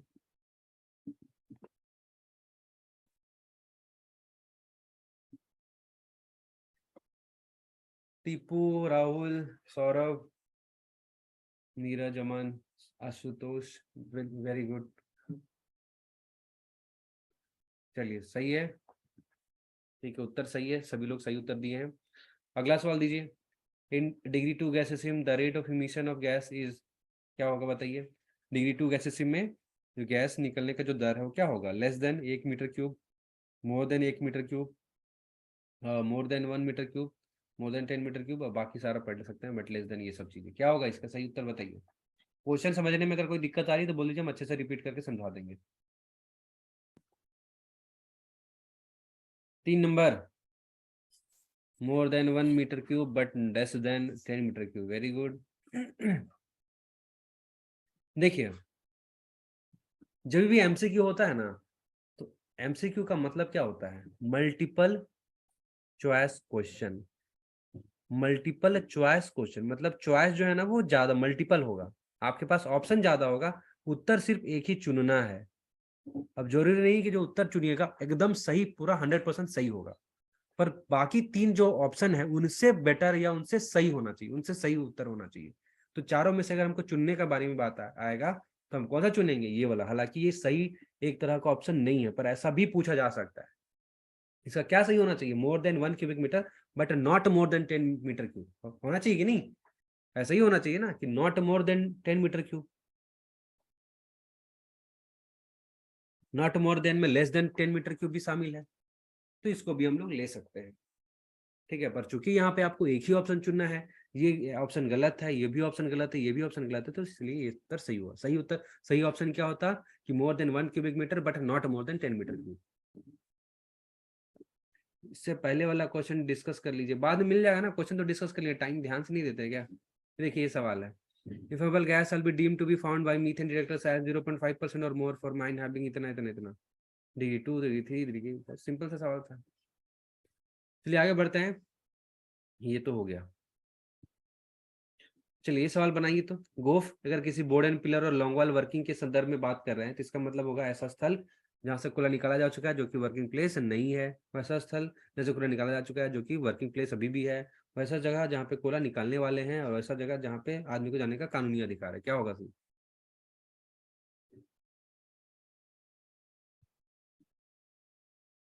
मेजोरिटी ऑफ जो है स्टूडेंट सही उत्तर दे रहे हैं, वेरी गुड। चलिए सही है, गोफ का मतलब होता है कि वैसा जगह जहां से कोयला निकाल लिए हैं जो कि वर्किंग प्लेस मेरा नहीं है। ये सवाल जल्दी से बताइए। Coal seam said to be degree 3 if the rate of emission of gas in metre cube per ton of coal raised is more than. Third degree कब बोलेंगे? जब दर मेरा कितना होना चाहिए? 2, 10, 15, 20, किससे ज्यादा होना चाहिए बताइए। वेरी गुड, सावन मेहता जी, सुविचार सिंह, सलमान, आसिफ, सुशील, निशांत, सुतोष, सब वेरी गुड। चलिए चलिए अब आते हैं HEMM की परिभाषा में। What is HEM? एचईएम का पहले तो फुल फॉर्म याद कीजिए, एग्जाम में वही इंपॉर्टेंट है। फुल फॉर्म क्या होगा? एचईएम का फुल फॉर्म होता है हैवी अर्थ मूविंग मशीनरी, भारी जमीन पे चलने वाला मशीनरी, है कि नहीं? अर्थ का मतलब क्या हुआ? पृथ्वी ना। तो बहुत भारी, जो पृथ्वी में चलने वाला, मूविंग का मतलब चलने वाला, मशीन। तो बहुत भारी हो, पृथ्वी में चलता हो, मशीन हो गया, उसको बोलेंगे हैवी वर्थ मशीन। लिटरली इसका मतलब यही होगा, पर लिटरली इसका टेक्निकल मीनिंग नहीं होता है। इसका टेक्निकल मीनिंग होता है कि ऐसा मशीनरी जो किसी ओपन कास्ट माइंस में इस्तेमाल किया जाता हो, ओपन कास्ट माइन के लिए इस्तेमाल किया जाता हो, डिगिंग करने के लिए, खोदने के लिए, ड्रिलिंग करने के लिए, इटीसी। हाइड्रोलिकिंग हो गया, ripping, dozing, grading, excavating, loading, transporting mineral और ओवरबर्डन, सारा कुछ जब हम लोग ओपन कास्ट बताएंगे ना तो सबको समझ में आएगा। रिपिंग किसको बोलते हैं, डोजिंग किसको बोलते हैं, ग्रेडिंग किसको बोलते हैं, एक्सकावेटिंग किसको बोलते हैं। तो ऐसा कोई सा भी मशीन जो ओपन कास्ट खदान में खोदने के लिए इस्तेमाल होता है, रिपिंग करने के लिए इस्तेमाल होता है, डोजिंग होगा, ग्रेडिंग हो गया, ठीक है, लोडिंग करने के लिए, ट्रांसपोर्ट करने के लिए, ओवरबर्डन के मिनरल, तो उसको बोलेंगे एचईएमएम। लेकिन इतना एग्जाम में नहीं आता, एग्जाम में पूछता है सबसे ज्यादा यही वाला चीज, excluding hand held drills, drill machine capable of drilling hole up to 50 mm diameter. मतलब ऐसे ड्रिल मशीन्स को हम लोग काउंट नहीं करेंगे जो कि हाथ से यूज होते हैं। एचएम की परिभाषा में हाथ से प्रयोग होने वाली ड्रिल मशीन को काउंट नहीं करेंगे। और 50 mm तक अगर कोई ड्रिल मशीन होल ड्रिल कर सकता है तो उसको भी काउंट नहीं करेंगे। यानी किसको काउंट करेंगे? जो 50 से ज्यादा ड्रिल होल ड्रिल करता हो, 50 mm से ज्यादा, उसको काउंट करेंगे। ठीक है, 50 mm तक अगर होल ड्रिल कर रहा है काउंट नहीं करेंगे। समझ में आया कि नहीं आया? 50 mm जो अगर कोई होल ड्रिल करता है तक, तो उसको हम लोग शामिल नहीं करेंगे एचईएम की परिभाषा में। 50 से ज्यादा होना चाहिए। ठीक है, 50 से ज्यादा, 50 नहीं लेंगे। ठीक है। सवाल है, up to what diameter of drill hole a drill machine comes under HEM? ठीक है, कितना व्यास तक जो है, अगर कोई ड्रिल मशीन कितना व्यास का होल ड्रिल करता है तो वो एचईएम की परिभाषा में आएगा जी? जल्दी से बताइए। A B C D. Rahul Mandal, Abhishek Khan, कौन, आसिफ खान, सुतोष, दीपक, सानू। बहुत ही बेसिक सा सवाल था। सही उत्तर है मोर देन 50, है कि नहीं? कौन सा परिभाषा में आएगा? तो 50 से ज्यादा जो करेगा उसी को बोलेंगे। 50 तक को तो गिनते ही नहीं हम लोग एचएमएम में। ठीक है, इंट्रिंसिकली सेफ में आते हैं। What is intrinsically safe apparatus? Intrinsically safe apparatus का मतलब क्या है? ठीक है, इसका मतलब ये देखिए, इंट्रिंसिकली सेफ कुछ नहीं, एक सर्किट होता है। जिस तरह फ्लेम प्रूफ कोई उपकरण नहीं होता है, फ्लेम प्रूफ का एक ढक्कन होता है। वो ढक्कन यानी आवरण, इंक्लोजर। अब वो जो ढक्कन है किसी भी उपकरण के साथ प्रयोग कर दिए तो वो उपकरण बन जाएगा क्या? फ्लेम प्रूफ उपकरण। उसी तरह इंट्रिंसिकली सेफ क्या? एक सर्किट होता है। ठीक है, बिजली का एक सर्किट होता है, उस सर्किट को किसी भी उपकरण में इस्तेमाल कर दिए तो उपकरण हो गया क्या? Intrinsically safe. लाइट में लगा दिए तो लाइट हो गया इंट्रिंसिकली सेफ। ठीक है, सिग्नलिंग में लगा दिए सर्किट तो हो गया इंट्रिंसिकली सेफ। तो बेसिकली एक सर्किट है। ठीक है, तो सर्किट में क्या ऐसा विशेषता रहता है जिसको हम लोग बोलते हैं इंट्रिंसिकली सेफ? तो बोला गया कि अब नॉर्मल वर्किंग के दौरान अगर चिंगारी उत्पन्न होता है ना, तो चिंगारी इतना कमजोर होगा, इनकैपेबल होगा कि आपका ज्वलनशील गैस में विस्फोट नहीं कर सकता। ऐसा कोई सा भी सर्किट जो इस तरह से बनाया गया है कि आम इस्तेमाल में, मतलब नॉर्मल इस्तेमाल में, सामान्य वर्किंग में उससे निकलने वाली चिंगारी इतनी कमजोर होगी जिससे उसके आसपास जितना भी गर्म गैस रहे आग नहीं लगा सकती, ज्वलनशील का गैस का विस्फोट नहीं करा सकती। अब यहाँ पे ऐसा नहीं बोल सकते हैं कि इंट्रिंसिकली सेफ एपरेटस कभी एक्सप्लोजन करा ही नहीं सकती। करा सकती है। कब करा सकती है? जब मेरा वर्किंग जो है अब नॉर्मल हो गया, जब मेरा सर्किट ढंग से काम ही नहीं कर रहा है, नॉर्मल वर्किंग में काम ही नहीं कर रहा है, अब नॉर्मल हो गया, खराब हो गया मेरा सर्किट, तब करा सकती है। लेकिन अगर नॉर्मल वर्किंग में है ना इंट्रिंसिकली सेफ सर्किट, तो फिर वो एक्सप्लोजन नहीं करा सकती। उससे निकलने वाला चिंगारी बहुत ही कमजोर होगा। चिंगारी तो निकलेगा, सर्किट है तो चिंगारी निकल जाएगा, पर चिंगारी इतना कमजोर होगा ना कि उसके आसपास की अगर ज्वलनशील गैस कितना भी डाल दीजिए, विस्फोट करा ही नहीं पाएगा। ठीक है, अभिषेक मंडल जी बोल रहे हैं अप टू 50 mm है भाई, मतलब 50 mm इंक्लूड नहीं होगा। ठीक है, या फिर मोर देन 50 mm बोल सकते हैं। नवीन जी को भी कंफ्यूजन हो रहा है, सर बुक में 50 से कम को बुक मत पढ़िए, खासकर हिंदी वाला बुक। सबको हम रिक्वेस्ट कर रहे हैं कि हिंदी वाला सीएमआर जो एलसी का को है ना, ठीक है, ले लीजिए। अच्छा है, पढ़िए, बहुत बढ़िया बुक है, समझने के लिए बहुत बेस्ट है। पर डाटा के लिए जब भी आपको कंफ्यूजन होता है तो इंग्लिश वाला बुक लीजिए। ठीक है, एलसी का को ही लीजिए, या जिसका भी प्रकाशन का लेना है, पर इंग्लिश पढ़ना है ना, मतलब अगर डाटा पढ़ना है ना तो इंग्लिश से पढ़िए। बाकी समझ में नहीं आ रहा है, हिंदी वाला बुक कैसे रखे, बहुत अच्छा है, कोई दिक्कत नहीं, बहुत अच्छे समझाया गया है, बहुत बढ़िया बुक है। पर अगर आपको डाटा अगर देखना है तो डाटा जब भी आप देखें ना तो इंग्लिश वाला से करें। उसमें बुक हम देखे हैं हिंदी वाले में क्या किया है लोग, डाटा में बहुत गड़बड़ है। हम लगभग, हमको लगता है कि हम 10-15 हिंदी वाले बुक में गड़बड़ देखें डाटा में। ठीक है, तो आप लोग से भी यही रिक्वेस्ट है कि हिंदी वाला बुक पढ़िए, जरूर पढ़िए, समझ में नहीं आ रहा बिल्कुल पढ़िए, पर जहां डाटा है ना एक बार वेरीफाई कर लीजिए इंग्लिश वाले बुक से कि एक्चुअल में है कि नहीं है। हिंदी वाले बुक में लिखा है कि 50 से कम होना चाहिए, इंग्लिश में लिखा है अप टू 50। बहुत कंफ्यूजन है, तो इसलिए बता रहे हैं। जो यहाँ बता रहे हैं ना, जो हम सारा कुछ समझा के सब कुछ मतलब एनालाइज करके बोले ना, सब पूरा सार समझा रहे हैं। यहाँ पढ़ने के बाद बुक का भी जो चीज है ना पढ़ने की जरूरत नहीं पड़ेगा, सेम टॉपिक। ठीक है, इतना पढ़ लेते हैं, कोई कंफ्यूजन मत रखिए, ये जो चीज हम बताएं वही फाइनल है। ठीक है, इंसेट तो हम बता चुके थे, आगे बढ़ते हैं। Miss fire. ठीक है, मिस फायर आ जाता है। मिस फायर का मतलब क्या, failure to explode an entire charge of explosive in a short hole और a blast hole. Blast hole शब्द किया गया ओपन कास्ट के लिए, शॉर्ट होल भूमिगत भाग के लिए।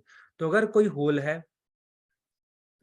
होल में डाला गया इंटायर चार्ज, इंटायर का मतलब पूरा का पूरा, मतलब 10 बारूद डाल दिया ना, तो 10 का 10 नहीं फूटा होगा तब बोलेंगे मिस फायर। इसमें से एक भी फूट गया ना तो मिस फायर नहीं कहलाएगा।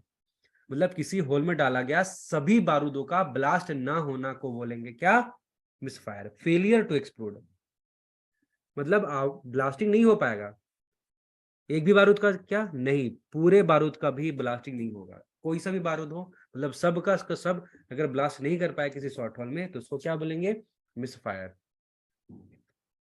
अमर अहिरवार बोल रहे हैं कुछ दिख नहीं रहा, आपको भी प्रॉब्लम हो रहा है क्या? ठीक है, आपको भी प्रॉब्लम हो रहा है क्या?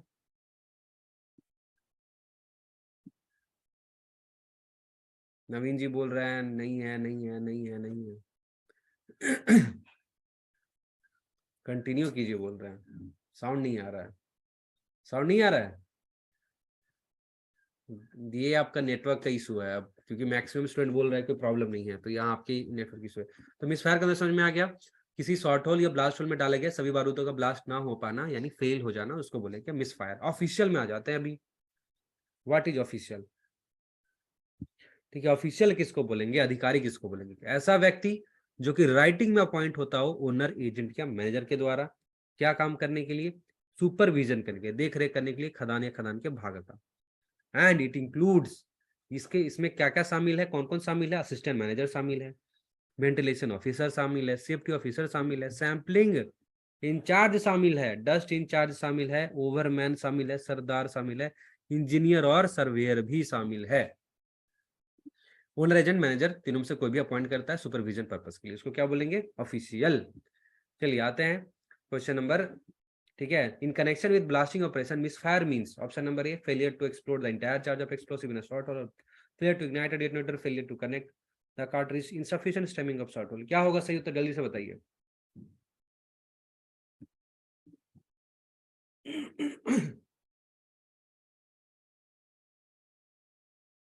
क्या होगा, जल्दी से बताइए।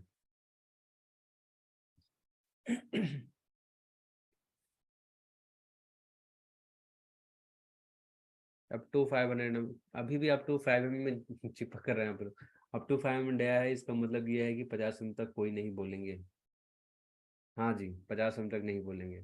सही है, इसका सही उत्तर बताइए, अभी भी पुराने क्वेश्चन में फंसे हुए हैं आप लोग। बिल्कुल right, A is a right answer. अगर ब्लास्टिंग के टर्म में अगर मिसफायर की बात करें तो इसका मतलब होगा किसी शॉर्ट होल या ब्लास्ट होल में डाला गया पूरा बारूद का ब्लास्ट ना होना। ऑन सेटर आ जाते हैं जी अब।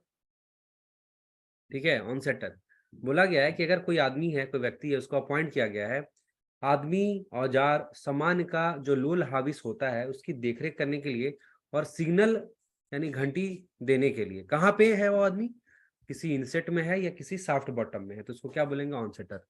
इसका बड़ा भाई का क्या नाम है, इसका बड़ा भाई का नाम है बैंक्समैन। ठीक है, बी ऊपर रहता है, ऑन सेटर नीचे रहता है। ऑन सेटर यहाँ पे इनसेट में भी हो सकता है, पिट बॉटम में हो सकता है, और अपना बैंक्समैन है वो या तो इंक्लाइन के टॉप पे रहेगा या तो साफ्ट के टॉप पे रहेगा, याद रहना रहेगा, कोई दिक्कत यहाँ पे नहीं है। ये भी हो गया ऑफिशियल। ओवरमैन में आ जाते हैं। ओवरमैन का मतलब क्या है, ओवरमैन का मतलब ऐसा व्यक्ति जिसके पास ओवरमैन सर्टिफिकेट भी हो सकता है या मैनेजर सर्टिफिकेट भी हो सकता है। ऐसा नहीं कि मैनेजर सर्टिफिकेट उसको ओवरमैन ही बना सकते हैं, लेकिन इसलिए तो कंपनी इस रेगुलेशन का फायदा उठाते हुए ओवरमैन सरदार के एग्जाम में भी, ठीक है, मैनेजर सेकंड क्लास जिसके पास रहता है उन लोगों को बैठने देता है। क्यों बैठने देता है? क्योंकि ओवरमैन का मतलब होता है कि सिर्फ ओवरमैन सर्टिफिकेट होल्डर नहीं, मैनेजर सर्टिफिकेट होल्डर है ना, उसको भी ओवरमैन बना सकते हैं आप। इसलिए तो कई सारे वैकेंसी में देखिएगा, किसी के पास second class first class certificate तो वो लोग ही भर देते हैं, सरदार भी भर देते हैं, कोई दिक्कत नहीं है, रेगुलेशन का थोड़ी ना उल्लंघन हो रहा है। तो ओवरमैन का मतलब ऐसा व्यक्ति जिसके पास ओवरमैन सर्टिफिकेट हो या मैनेजर का सर्टिफिकेट हो, मैनेजर के द्वारा अपॉइंट किया जाता हो लिखित में, कोई सा भी उसका डिजिग्नेशन हो, ठीक है। ओवर मान के चलिए जो जनरल मजदूरी था, पर अगर उसके पास ओवरमैन सर्टिफिकेट है, मैनेजर सर्टिफिकेट है, मैनेजर उसको अपॉइंट कर सकता है एज ओवरमैन, ठीक है। किस क्या करने के लिए? उसका ड्यूटी क्या होगा? खदान में सुपरविजन या कंट्रोल करने के लिए, ठीक है, नियंत्रण और सुपरविजन करने के लिए खदान या खदान के भाग के लिए। ऐसा व्यक्ति सरदार से ऊपर होता है, ये इंपॉर्टेंट लाइन है। सरदार से ऊपर होता है ओवरमैन, उसके पास होता है ओवरमैन या मेजर सर्टिफिकेट, सॉरी ओवरमैन या मेजर सर्टिफिकेट अपॉइंट किया जाता है by the overman in writing. Inset और पिट बॉटम बता दीजिएगा। इंसेट, इंसेट तो पता है थे ना। इंसेट का मतलब क्या हुआ कि साफ टॉप और साफ बॉटम के बीच में कोई भी प्लेटफॉर्म है उसको बोलेंगे इंसेट। बीच में कोई भी उत्खनन है, कोई भी खुदाई किया उसको ही बोलेंगे इंसेट। पिट बॉटम का मतलब होता है कि लोवेस्ट पॉइंट होता है ना साफ्ट में, जहाँ पे कीज लैंड करता है, उसको बोलते हैं पिट बॉटम। ऑफिशियल को ओनर एजेंट मैनेजर अपॉइंट करता है, ओवरमैन भी ऑफिशियल है, तो सिर्फ मैनेजर कैसे? देखिए ऑफिशियल में ना, यहाँ बोला गया है कि ऑफिशियल का मतलब क्या हुआ कि वो जो है ओनर एजेंट या मैनेजर अपॉइंट करता है। इसकी परिभाषा में ओवरमैन भी शामिल है। मतलब देखिए, इसको ओनर भी कर सकता है, पर जब खदान में आएगा ना तो इसको मैनेजर लिखित रूप से इसको देना पड़ेगा, ठीक है। भले ही जब आपका सिलेक्शन हो जाता है तो कंपनी मतलब ओनर ही एक तरह से हो गया। WCL आपको दे दी क्या, क्या जी जी आपका, अब वो हम उसका सर्टिफिकेट दे दिए, ज्वाइनिंग लेटर दे दिए, कंपनी दे दी, यानी ओनर एक तरह का आपको अपॉइंट कर दिया है, ठीक है। अब वहां से जब खदान में जब ड्यूटी करने आएंगे ना तो आपको एक डिस्ट्रिक्ट असाइन किया जाएगा कि नहीं किया जाएगा, कोई काम असाइन किया जाएगा, तो वहां पर जो है मैनेजर जो है आपको ओवरमैन जो एज अ ओवरमैन उस काम को असाइन करते हैं और आपको ओवरमैन एज अपॉइंट करते हैं, चाहे आपके पास सेकंड क्लास हो, चाहे आपके पास फर्स्ट क्लास हो, चाहे आपके पास ओवरमैन सर्टिफिकेट हो। ठीक है। परमिटेड बारूद का इस्तेमाल देखिए क्या है। परमिटेड बारूद का डिफिनेशन देख लीजिए।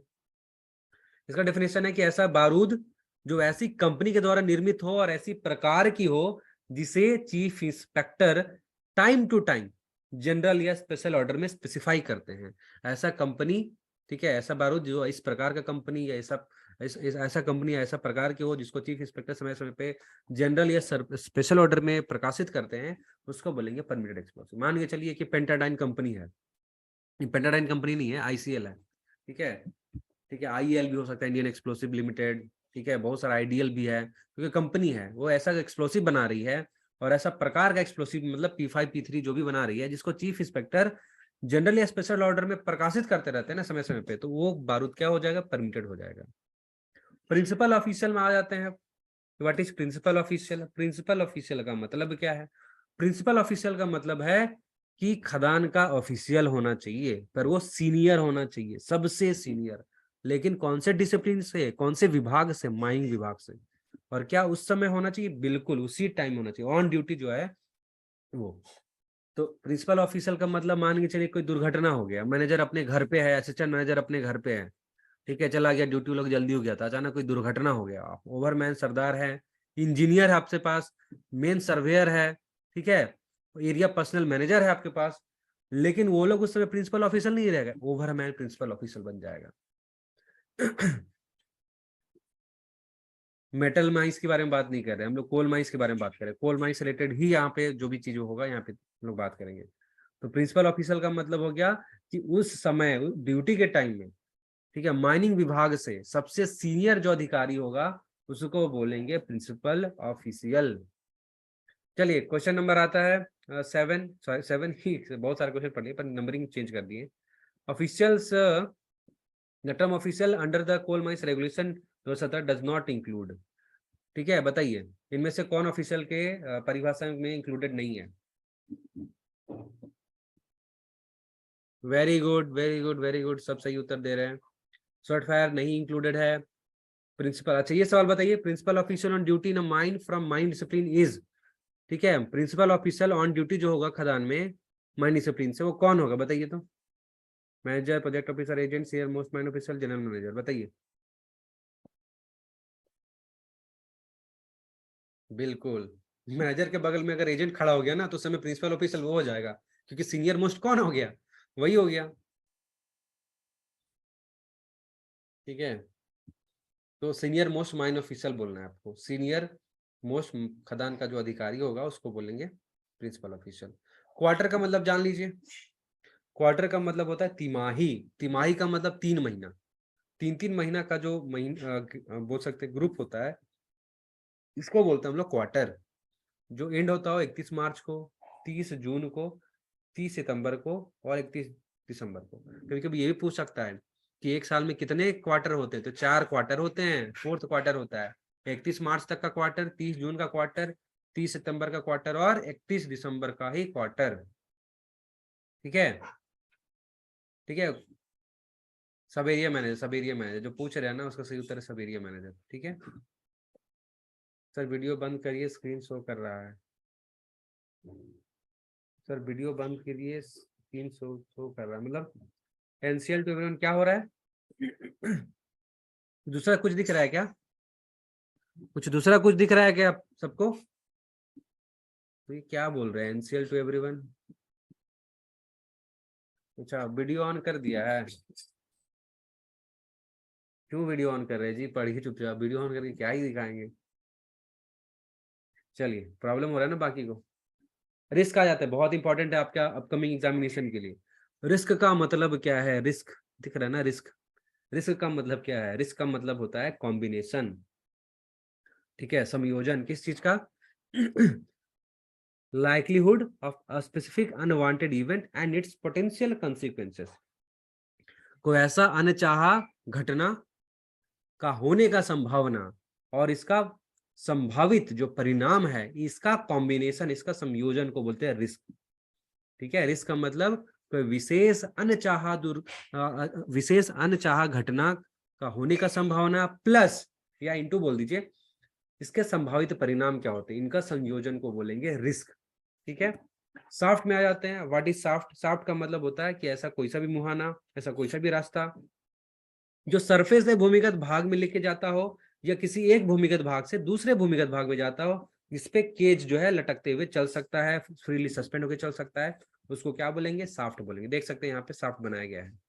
ठीक है, सरफेस से भूमिगत भाग पे जाने वाला एक रास्ता या फिर एक भूमिगत भाग से दूसरे भाग में जाने वाला रास्ता जहाँ पे केज चल सकता हो बस, उसको क्या बोलेंगे? सॉफ्ट बोलेंगे।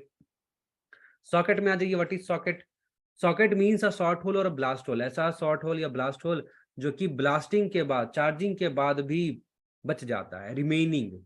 ब्लास्ट होल जिसमें, या शॉर्ट होल जिसमें ब्लास्टिंग तो हुआ है, नहीं ब्लास्टिंग होता तो उसको तो मिस फायर हो जाता। ब्लास्टिंग हुआ लेकिन ब्लास्टिंग के बाद भी होल जो है वो क्या हो गया? छूट गया, या उसका कोई भाग छूट गया, उसको क्या बोलेंगे? सॉकेट। कभी भी मिस फायर होल को सॉकेट नहीं बोला करते।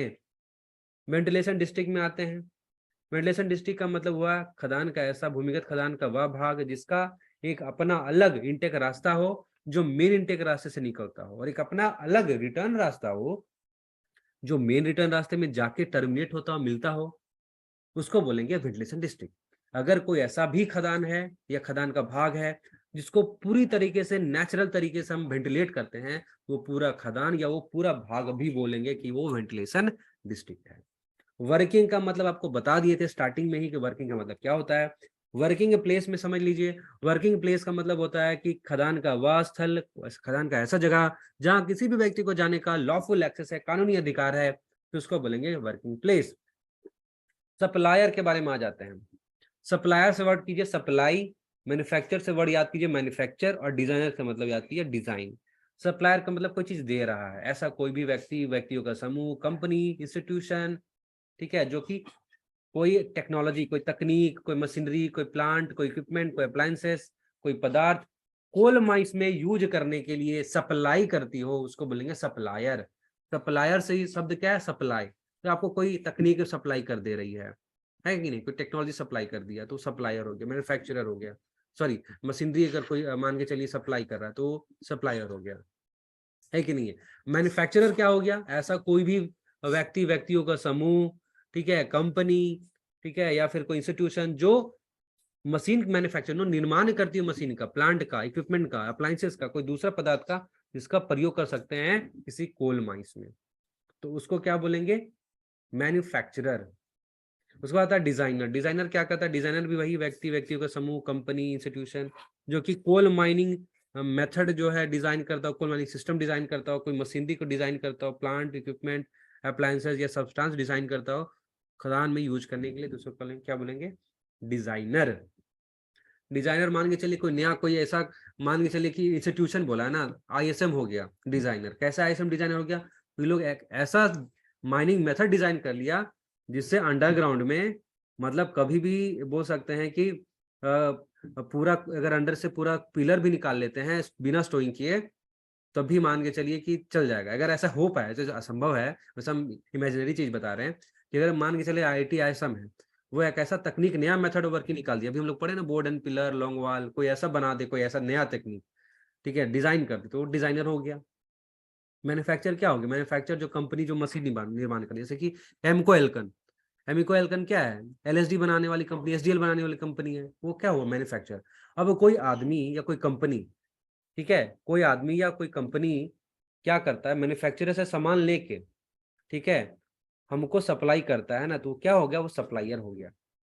मान के चलिए कि आईफोन है। आईफोन जो है मैन्युफैक्चर कहाँ होता है?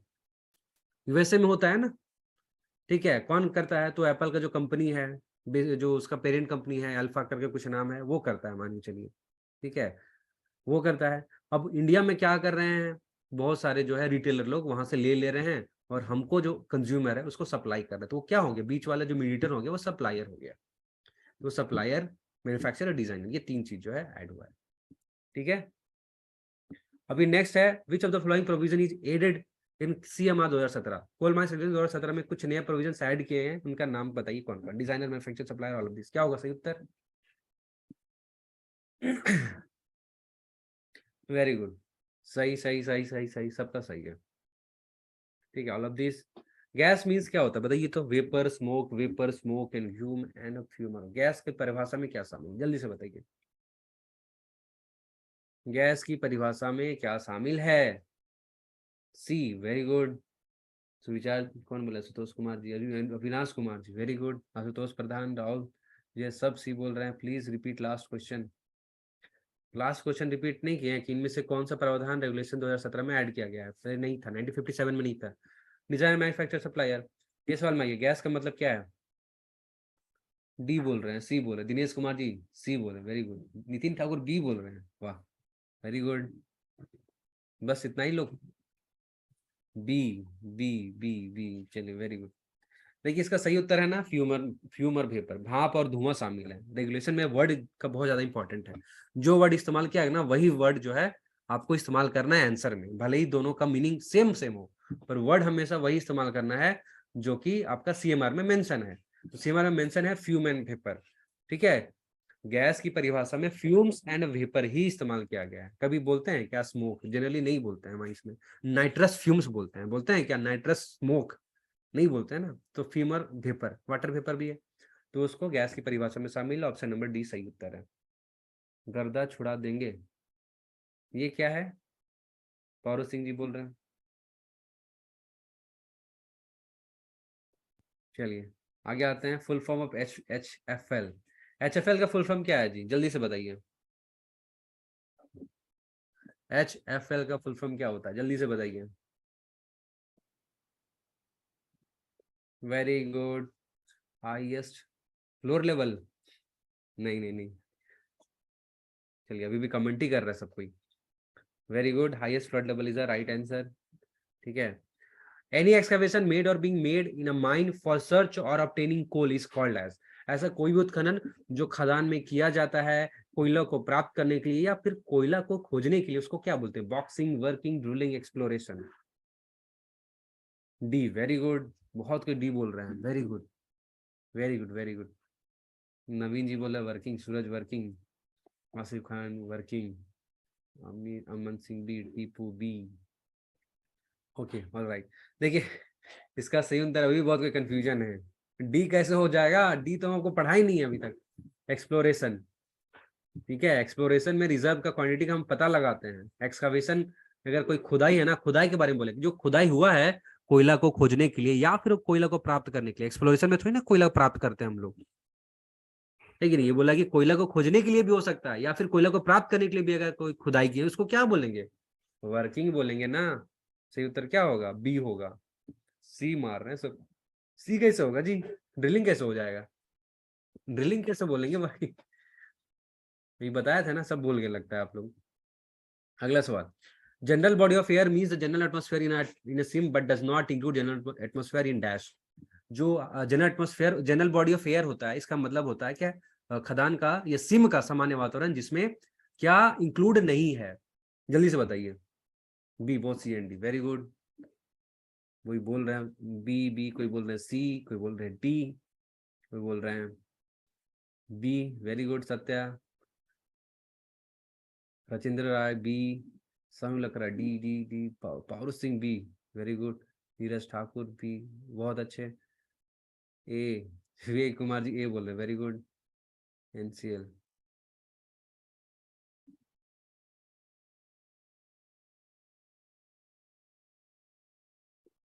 क्या होगा?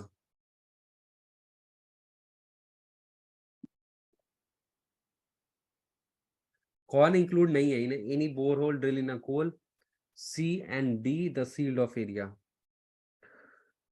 कभी कभी सवाल ना जानबूझ के गलत देते हैं हम। वेरी गुड अमन, जब सभी पकड़ लिए अभी।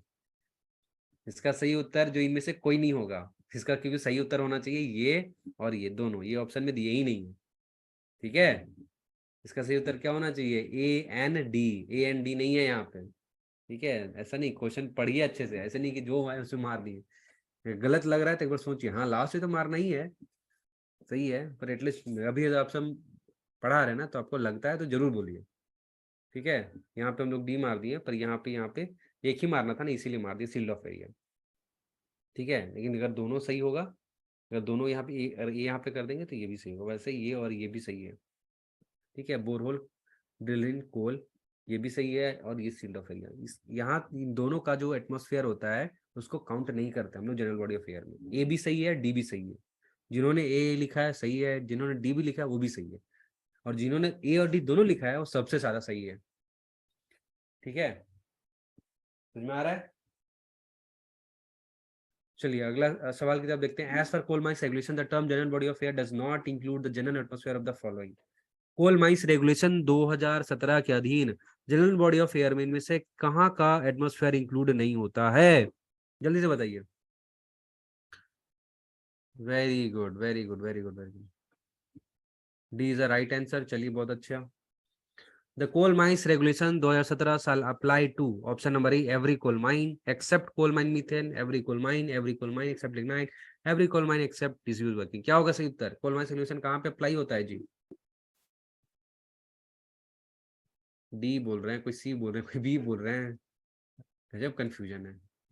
ऑप्शन बताइए, ऑप्शन क्या होगा? ए बी सी या फिर डी? पूरा लिखने की जरूरत नहीं है। हाँ हाँ हाँ, चलिए मैं समझ गया। सही उत्तर सबका सही है। सही, ये गलत कहाँ से टाइप कर दिया? ये लोग गलत टाइप कर दिया। इसका सही उत्तर ये नहीं है, ये है एवरी कोल माइन। ठीक है, ये गलत यहाँ पे लोग टाइप कर दिए। चेंज करवा देंगे जब नोट्स अपलोड करेंगे ना ये वाला ऐप पे, तो इसको हम चेंज करवा देंगे जो जो गलत यहाँ पे कर दिया गया है टाइपिंग। ये बताइए क्वेश्चन नंबर, ये देखिए 24, in a third degree gases mine the rate of emission of CH4 in general body of air in air exceed dash metre cube per ton of coal produce. Third degree gases से मैं दर बताना है methane का प्रत्येक ton कोयला उत्पादन के हिसाब से कितना है। अब हमको ऑप्शन बताइए, वर्ड में मत लिख के बताइए, ए बी सी या फिर डी। वेरी गुड, सबका सही है। आगे बढ़ते हैं। Risk score is a product of, चलिए बताइए रिस्क स्कोर किसका जो है संयोजन है, किसका गुणनफल है? Probability, exposure, consequence, ANC, probability, likelihood and consequence, likelihood and probability. क्या होना चाहिए जी? क्या होना चाहिए आशुतोष? चलिए एनडीसी बोल रहे हैं, आसिफ खान सी, पलटन ए, उमेश कुमार जी बोल रहे हैं सी, नीरज सिंह बोल रहे हैं सी, वेरी गुड। सी बोल रहे हैं, कोई बी बोल रहे हैं, कोई सी बोल रहे हैं। सी ए, बहुत कंफ्यूजन है, बहुत कंफ्यूजन है आप लोग। ध्यान थोड़ा सा ज्यादा देना होगा। वैसे तो हम इस तरह से हम लोग डिस्कस करेंगे ना, तो जो भी आपके मन में जो भी डाउट्स है ना, वो सारा क्लियर होता है। तो इस तरह से पढ़ने का यही फायदा है कि साथ साथ पढ़ने के साथ क्वेश्चन आंसर करते हैं, तो उसी टाइम में जो है आपका डाउट क्लियर हो जाता है। हिंदी में समझा दीजिए, दिया कीजिए। वेरी समझा रहे हैं ना, रिस्क किसका गुणनफल है, सिंपल सा सवाल था। रिस्क जो है, रिस्क स्कोर किसका गुणनफल है, प्रोबेबिलिटी एक्सपोजर कंसिक्वेंस का, ए और सी का, प्रोबेबिलिटी लाइक्लीहुड कंसिक्वेंस का, लाइक्लीहुड और प्रोबेबिलिटी का।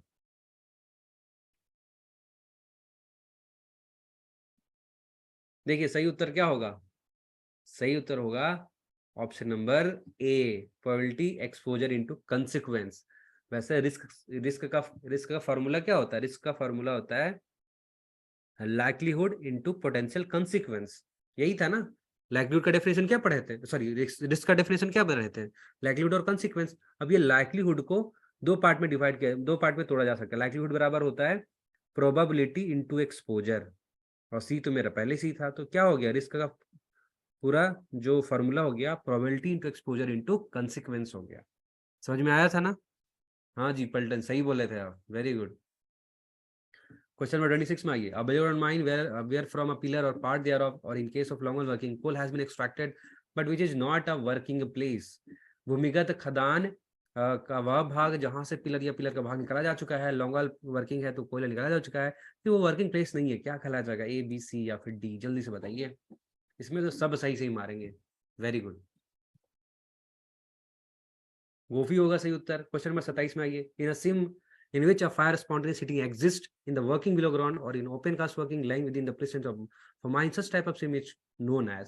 ऐसा कोई सिम जहां पे आग लगा हुआ, स्पॉन्टेनियस हीटिंग है मौजूद, भूमिगत भाग हो चाहे ओपन कास्ट हो, माइन बाउंड्री के अंदर रहना चाहिए, उस सिम को क्या बोलेंगे, first degree, second degree, fiery, third, क्या बोलेंगे। वेरी गुड, ऐसा ही फास्ट फास्ट रिप्लाई किया कीजिए, very good. Option number D is the right answer. Question number 28 में आता है, which of the following are the competent person, इनमें से कौन सक्षम व्यक्ति हैं, blaster, wheel loader operator, tipper operator, all of the above. कौन लोग इसमें सक्षम व्यक्ति हैं, जल्दी से बताइए। वेरी गुड, सभी हैं। 29 में आते हैं, who can not be appointed as a competent person to take charge of a district of an underground coal mine. इनमें से कौन एक सक्षम व्यक्ति के रूप में किसी डिस्ट्रिक्ट का चार्ज लेने के लिए नियुक्त नहीं किया जा सकता है किसी भूमिगत कोयला खदान के लिए, जल्दी जल्दी कमेंट करके बताइए, थोड़ा फास्ट, अभी फास्ट फॉरवर्ड है ना।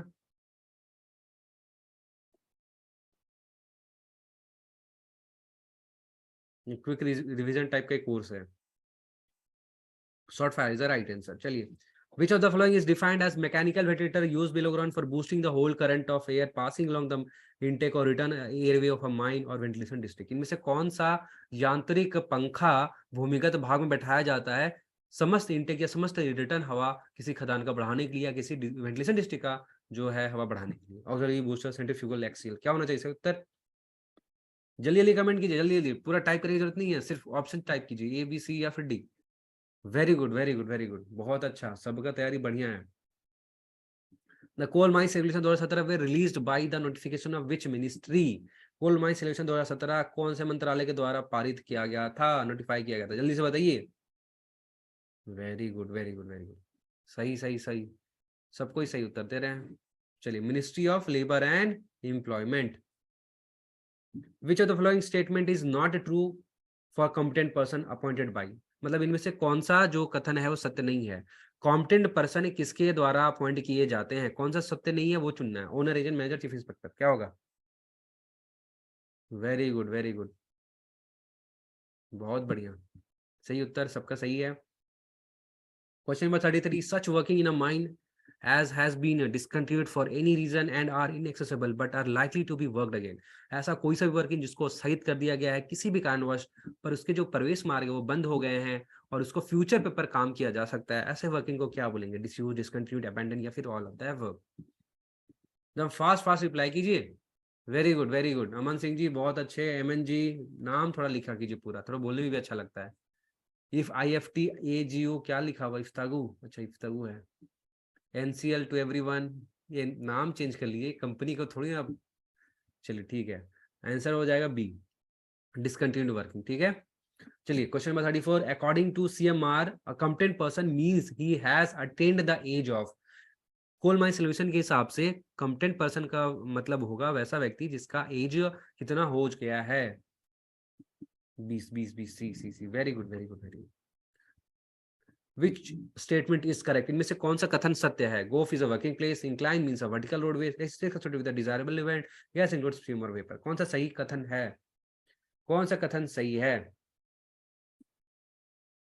कौन सा कथन सही है? कौन सा? ये थोड़ा सा ट्रिकी सवाल है, पर आप लोग अब समझदार हो गए हैं, ठीक है, क्वेश्चंस अब आप समझने लगे हैं, थोड़ा सा बारीकी से अब पढ़ने लगे हैं, तो आप फंसिएगा नहीं। सही है, सब सही उत्तर दिए इसमें, वेरी गुड। इसका सही उत्तर है option number D, gas includes femur vapour, क्योंकि गोफ तो वर्किंग प्लेस होता ही नहीं है। इंक्लाइन का मतलब वर्टिकल रोडवे होता ही नहीं है, वो तो इंक्लाइन रोडवे होता है। रिस्क का मतलब वो अनडिजायरेबल इवेंट है ना, अनचाहा इवेंट। ये तो चाह रहे हैं कि इवेंट हो जाए, तो ऐसा थोड़ी होता है। रिस्क, रिस्क का मतलब क्या होता है? Unwanted event, undesirable event. तो ये तो डिजायरेबल लिखा है, तो ये तो गलत होगा। सही उत्तर हमको चुनना है, तो गैस इंक्लूड्स फ्यूमर वेपर, ये राइट आंसर होगा। ठीक है। Under CMR 2017 short fire reserve competent person official officer permit manager, क्या होगा जी? जल्दी से बताइए। शॉर्ट फायर रेगुलेशंस के हिसाब से क्या है? Very good. Which of the following statement is true? Auxiliary fan means, मतलब ऑक्सिलरी फैन के संबंध में कौन सा कथन सत्य है? फोर्सिंग फैन जो भूमिगत भाग में इस्तेमाल होता हो, फोर्सिंग फैन ऊपर में इस्तेमाल होता हो, भूमिगत भाग के ऊपर, ठीक, भूमिगत खदान के ऊपर इस्तेमाल होता हो, मतलब सरफेस में इस्तेमाल होता हो। Booster fan use below ground, booster पंखा जो भूमिगत भाग में इस्तेमाल होता हो, बूस्टर फैन जो सरफेस में इस्तेमाल होता है, मतलब अबव ग्राउंड, जमीन के ऊपर। इसका सही उत्तर क्या होगा जी? Very good, very good. चलिए, सेशन यहीं पेंड करते हैं। सेशन कैसा लगा जल्दी से आप लोग रिप्लाई करके बता दीजिए, ठीक है। मोरलेस हम लोग को जो पढ़ाने का तरीका है बिल्कुल ऐसा ही रहेगा। चलिए चलिए, वो टाइमिंग अभी यही रहेगा, ठीक है। एग्जाम आपका निकल लेगा, अच्छे से प्रैक्टिस कीजिए, ठीक है। कॉन्सेप्ट पढ़िए, प्रैक्टिस एंड प्रैक्टिस, आपका एग्जाम निकल जाएगा। Very good. MNG बोल रहे हैं 100/100, 100/100 आप आंसर मारे क्या? Very good, very good. चलिए, मिलते हैं कल के सेशन में, ठीक है। घर पे बहुत ज्यादा हार्डवर्क कीजिए, अच्छे से पढ़िए, मोटिवेटेड रहिए, ठीक है। नोट्स के PDF मिल जाएगा, जो ऐप में जो रहता है ना सेक्शन स्टडी मटेरियल, वहां पे उनको मिलेगा, जो कोर्स परस्यू किए हैं, ठीक है। चलिए, सेशन एंड करते हैं यहीं पे।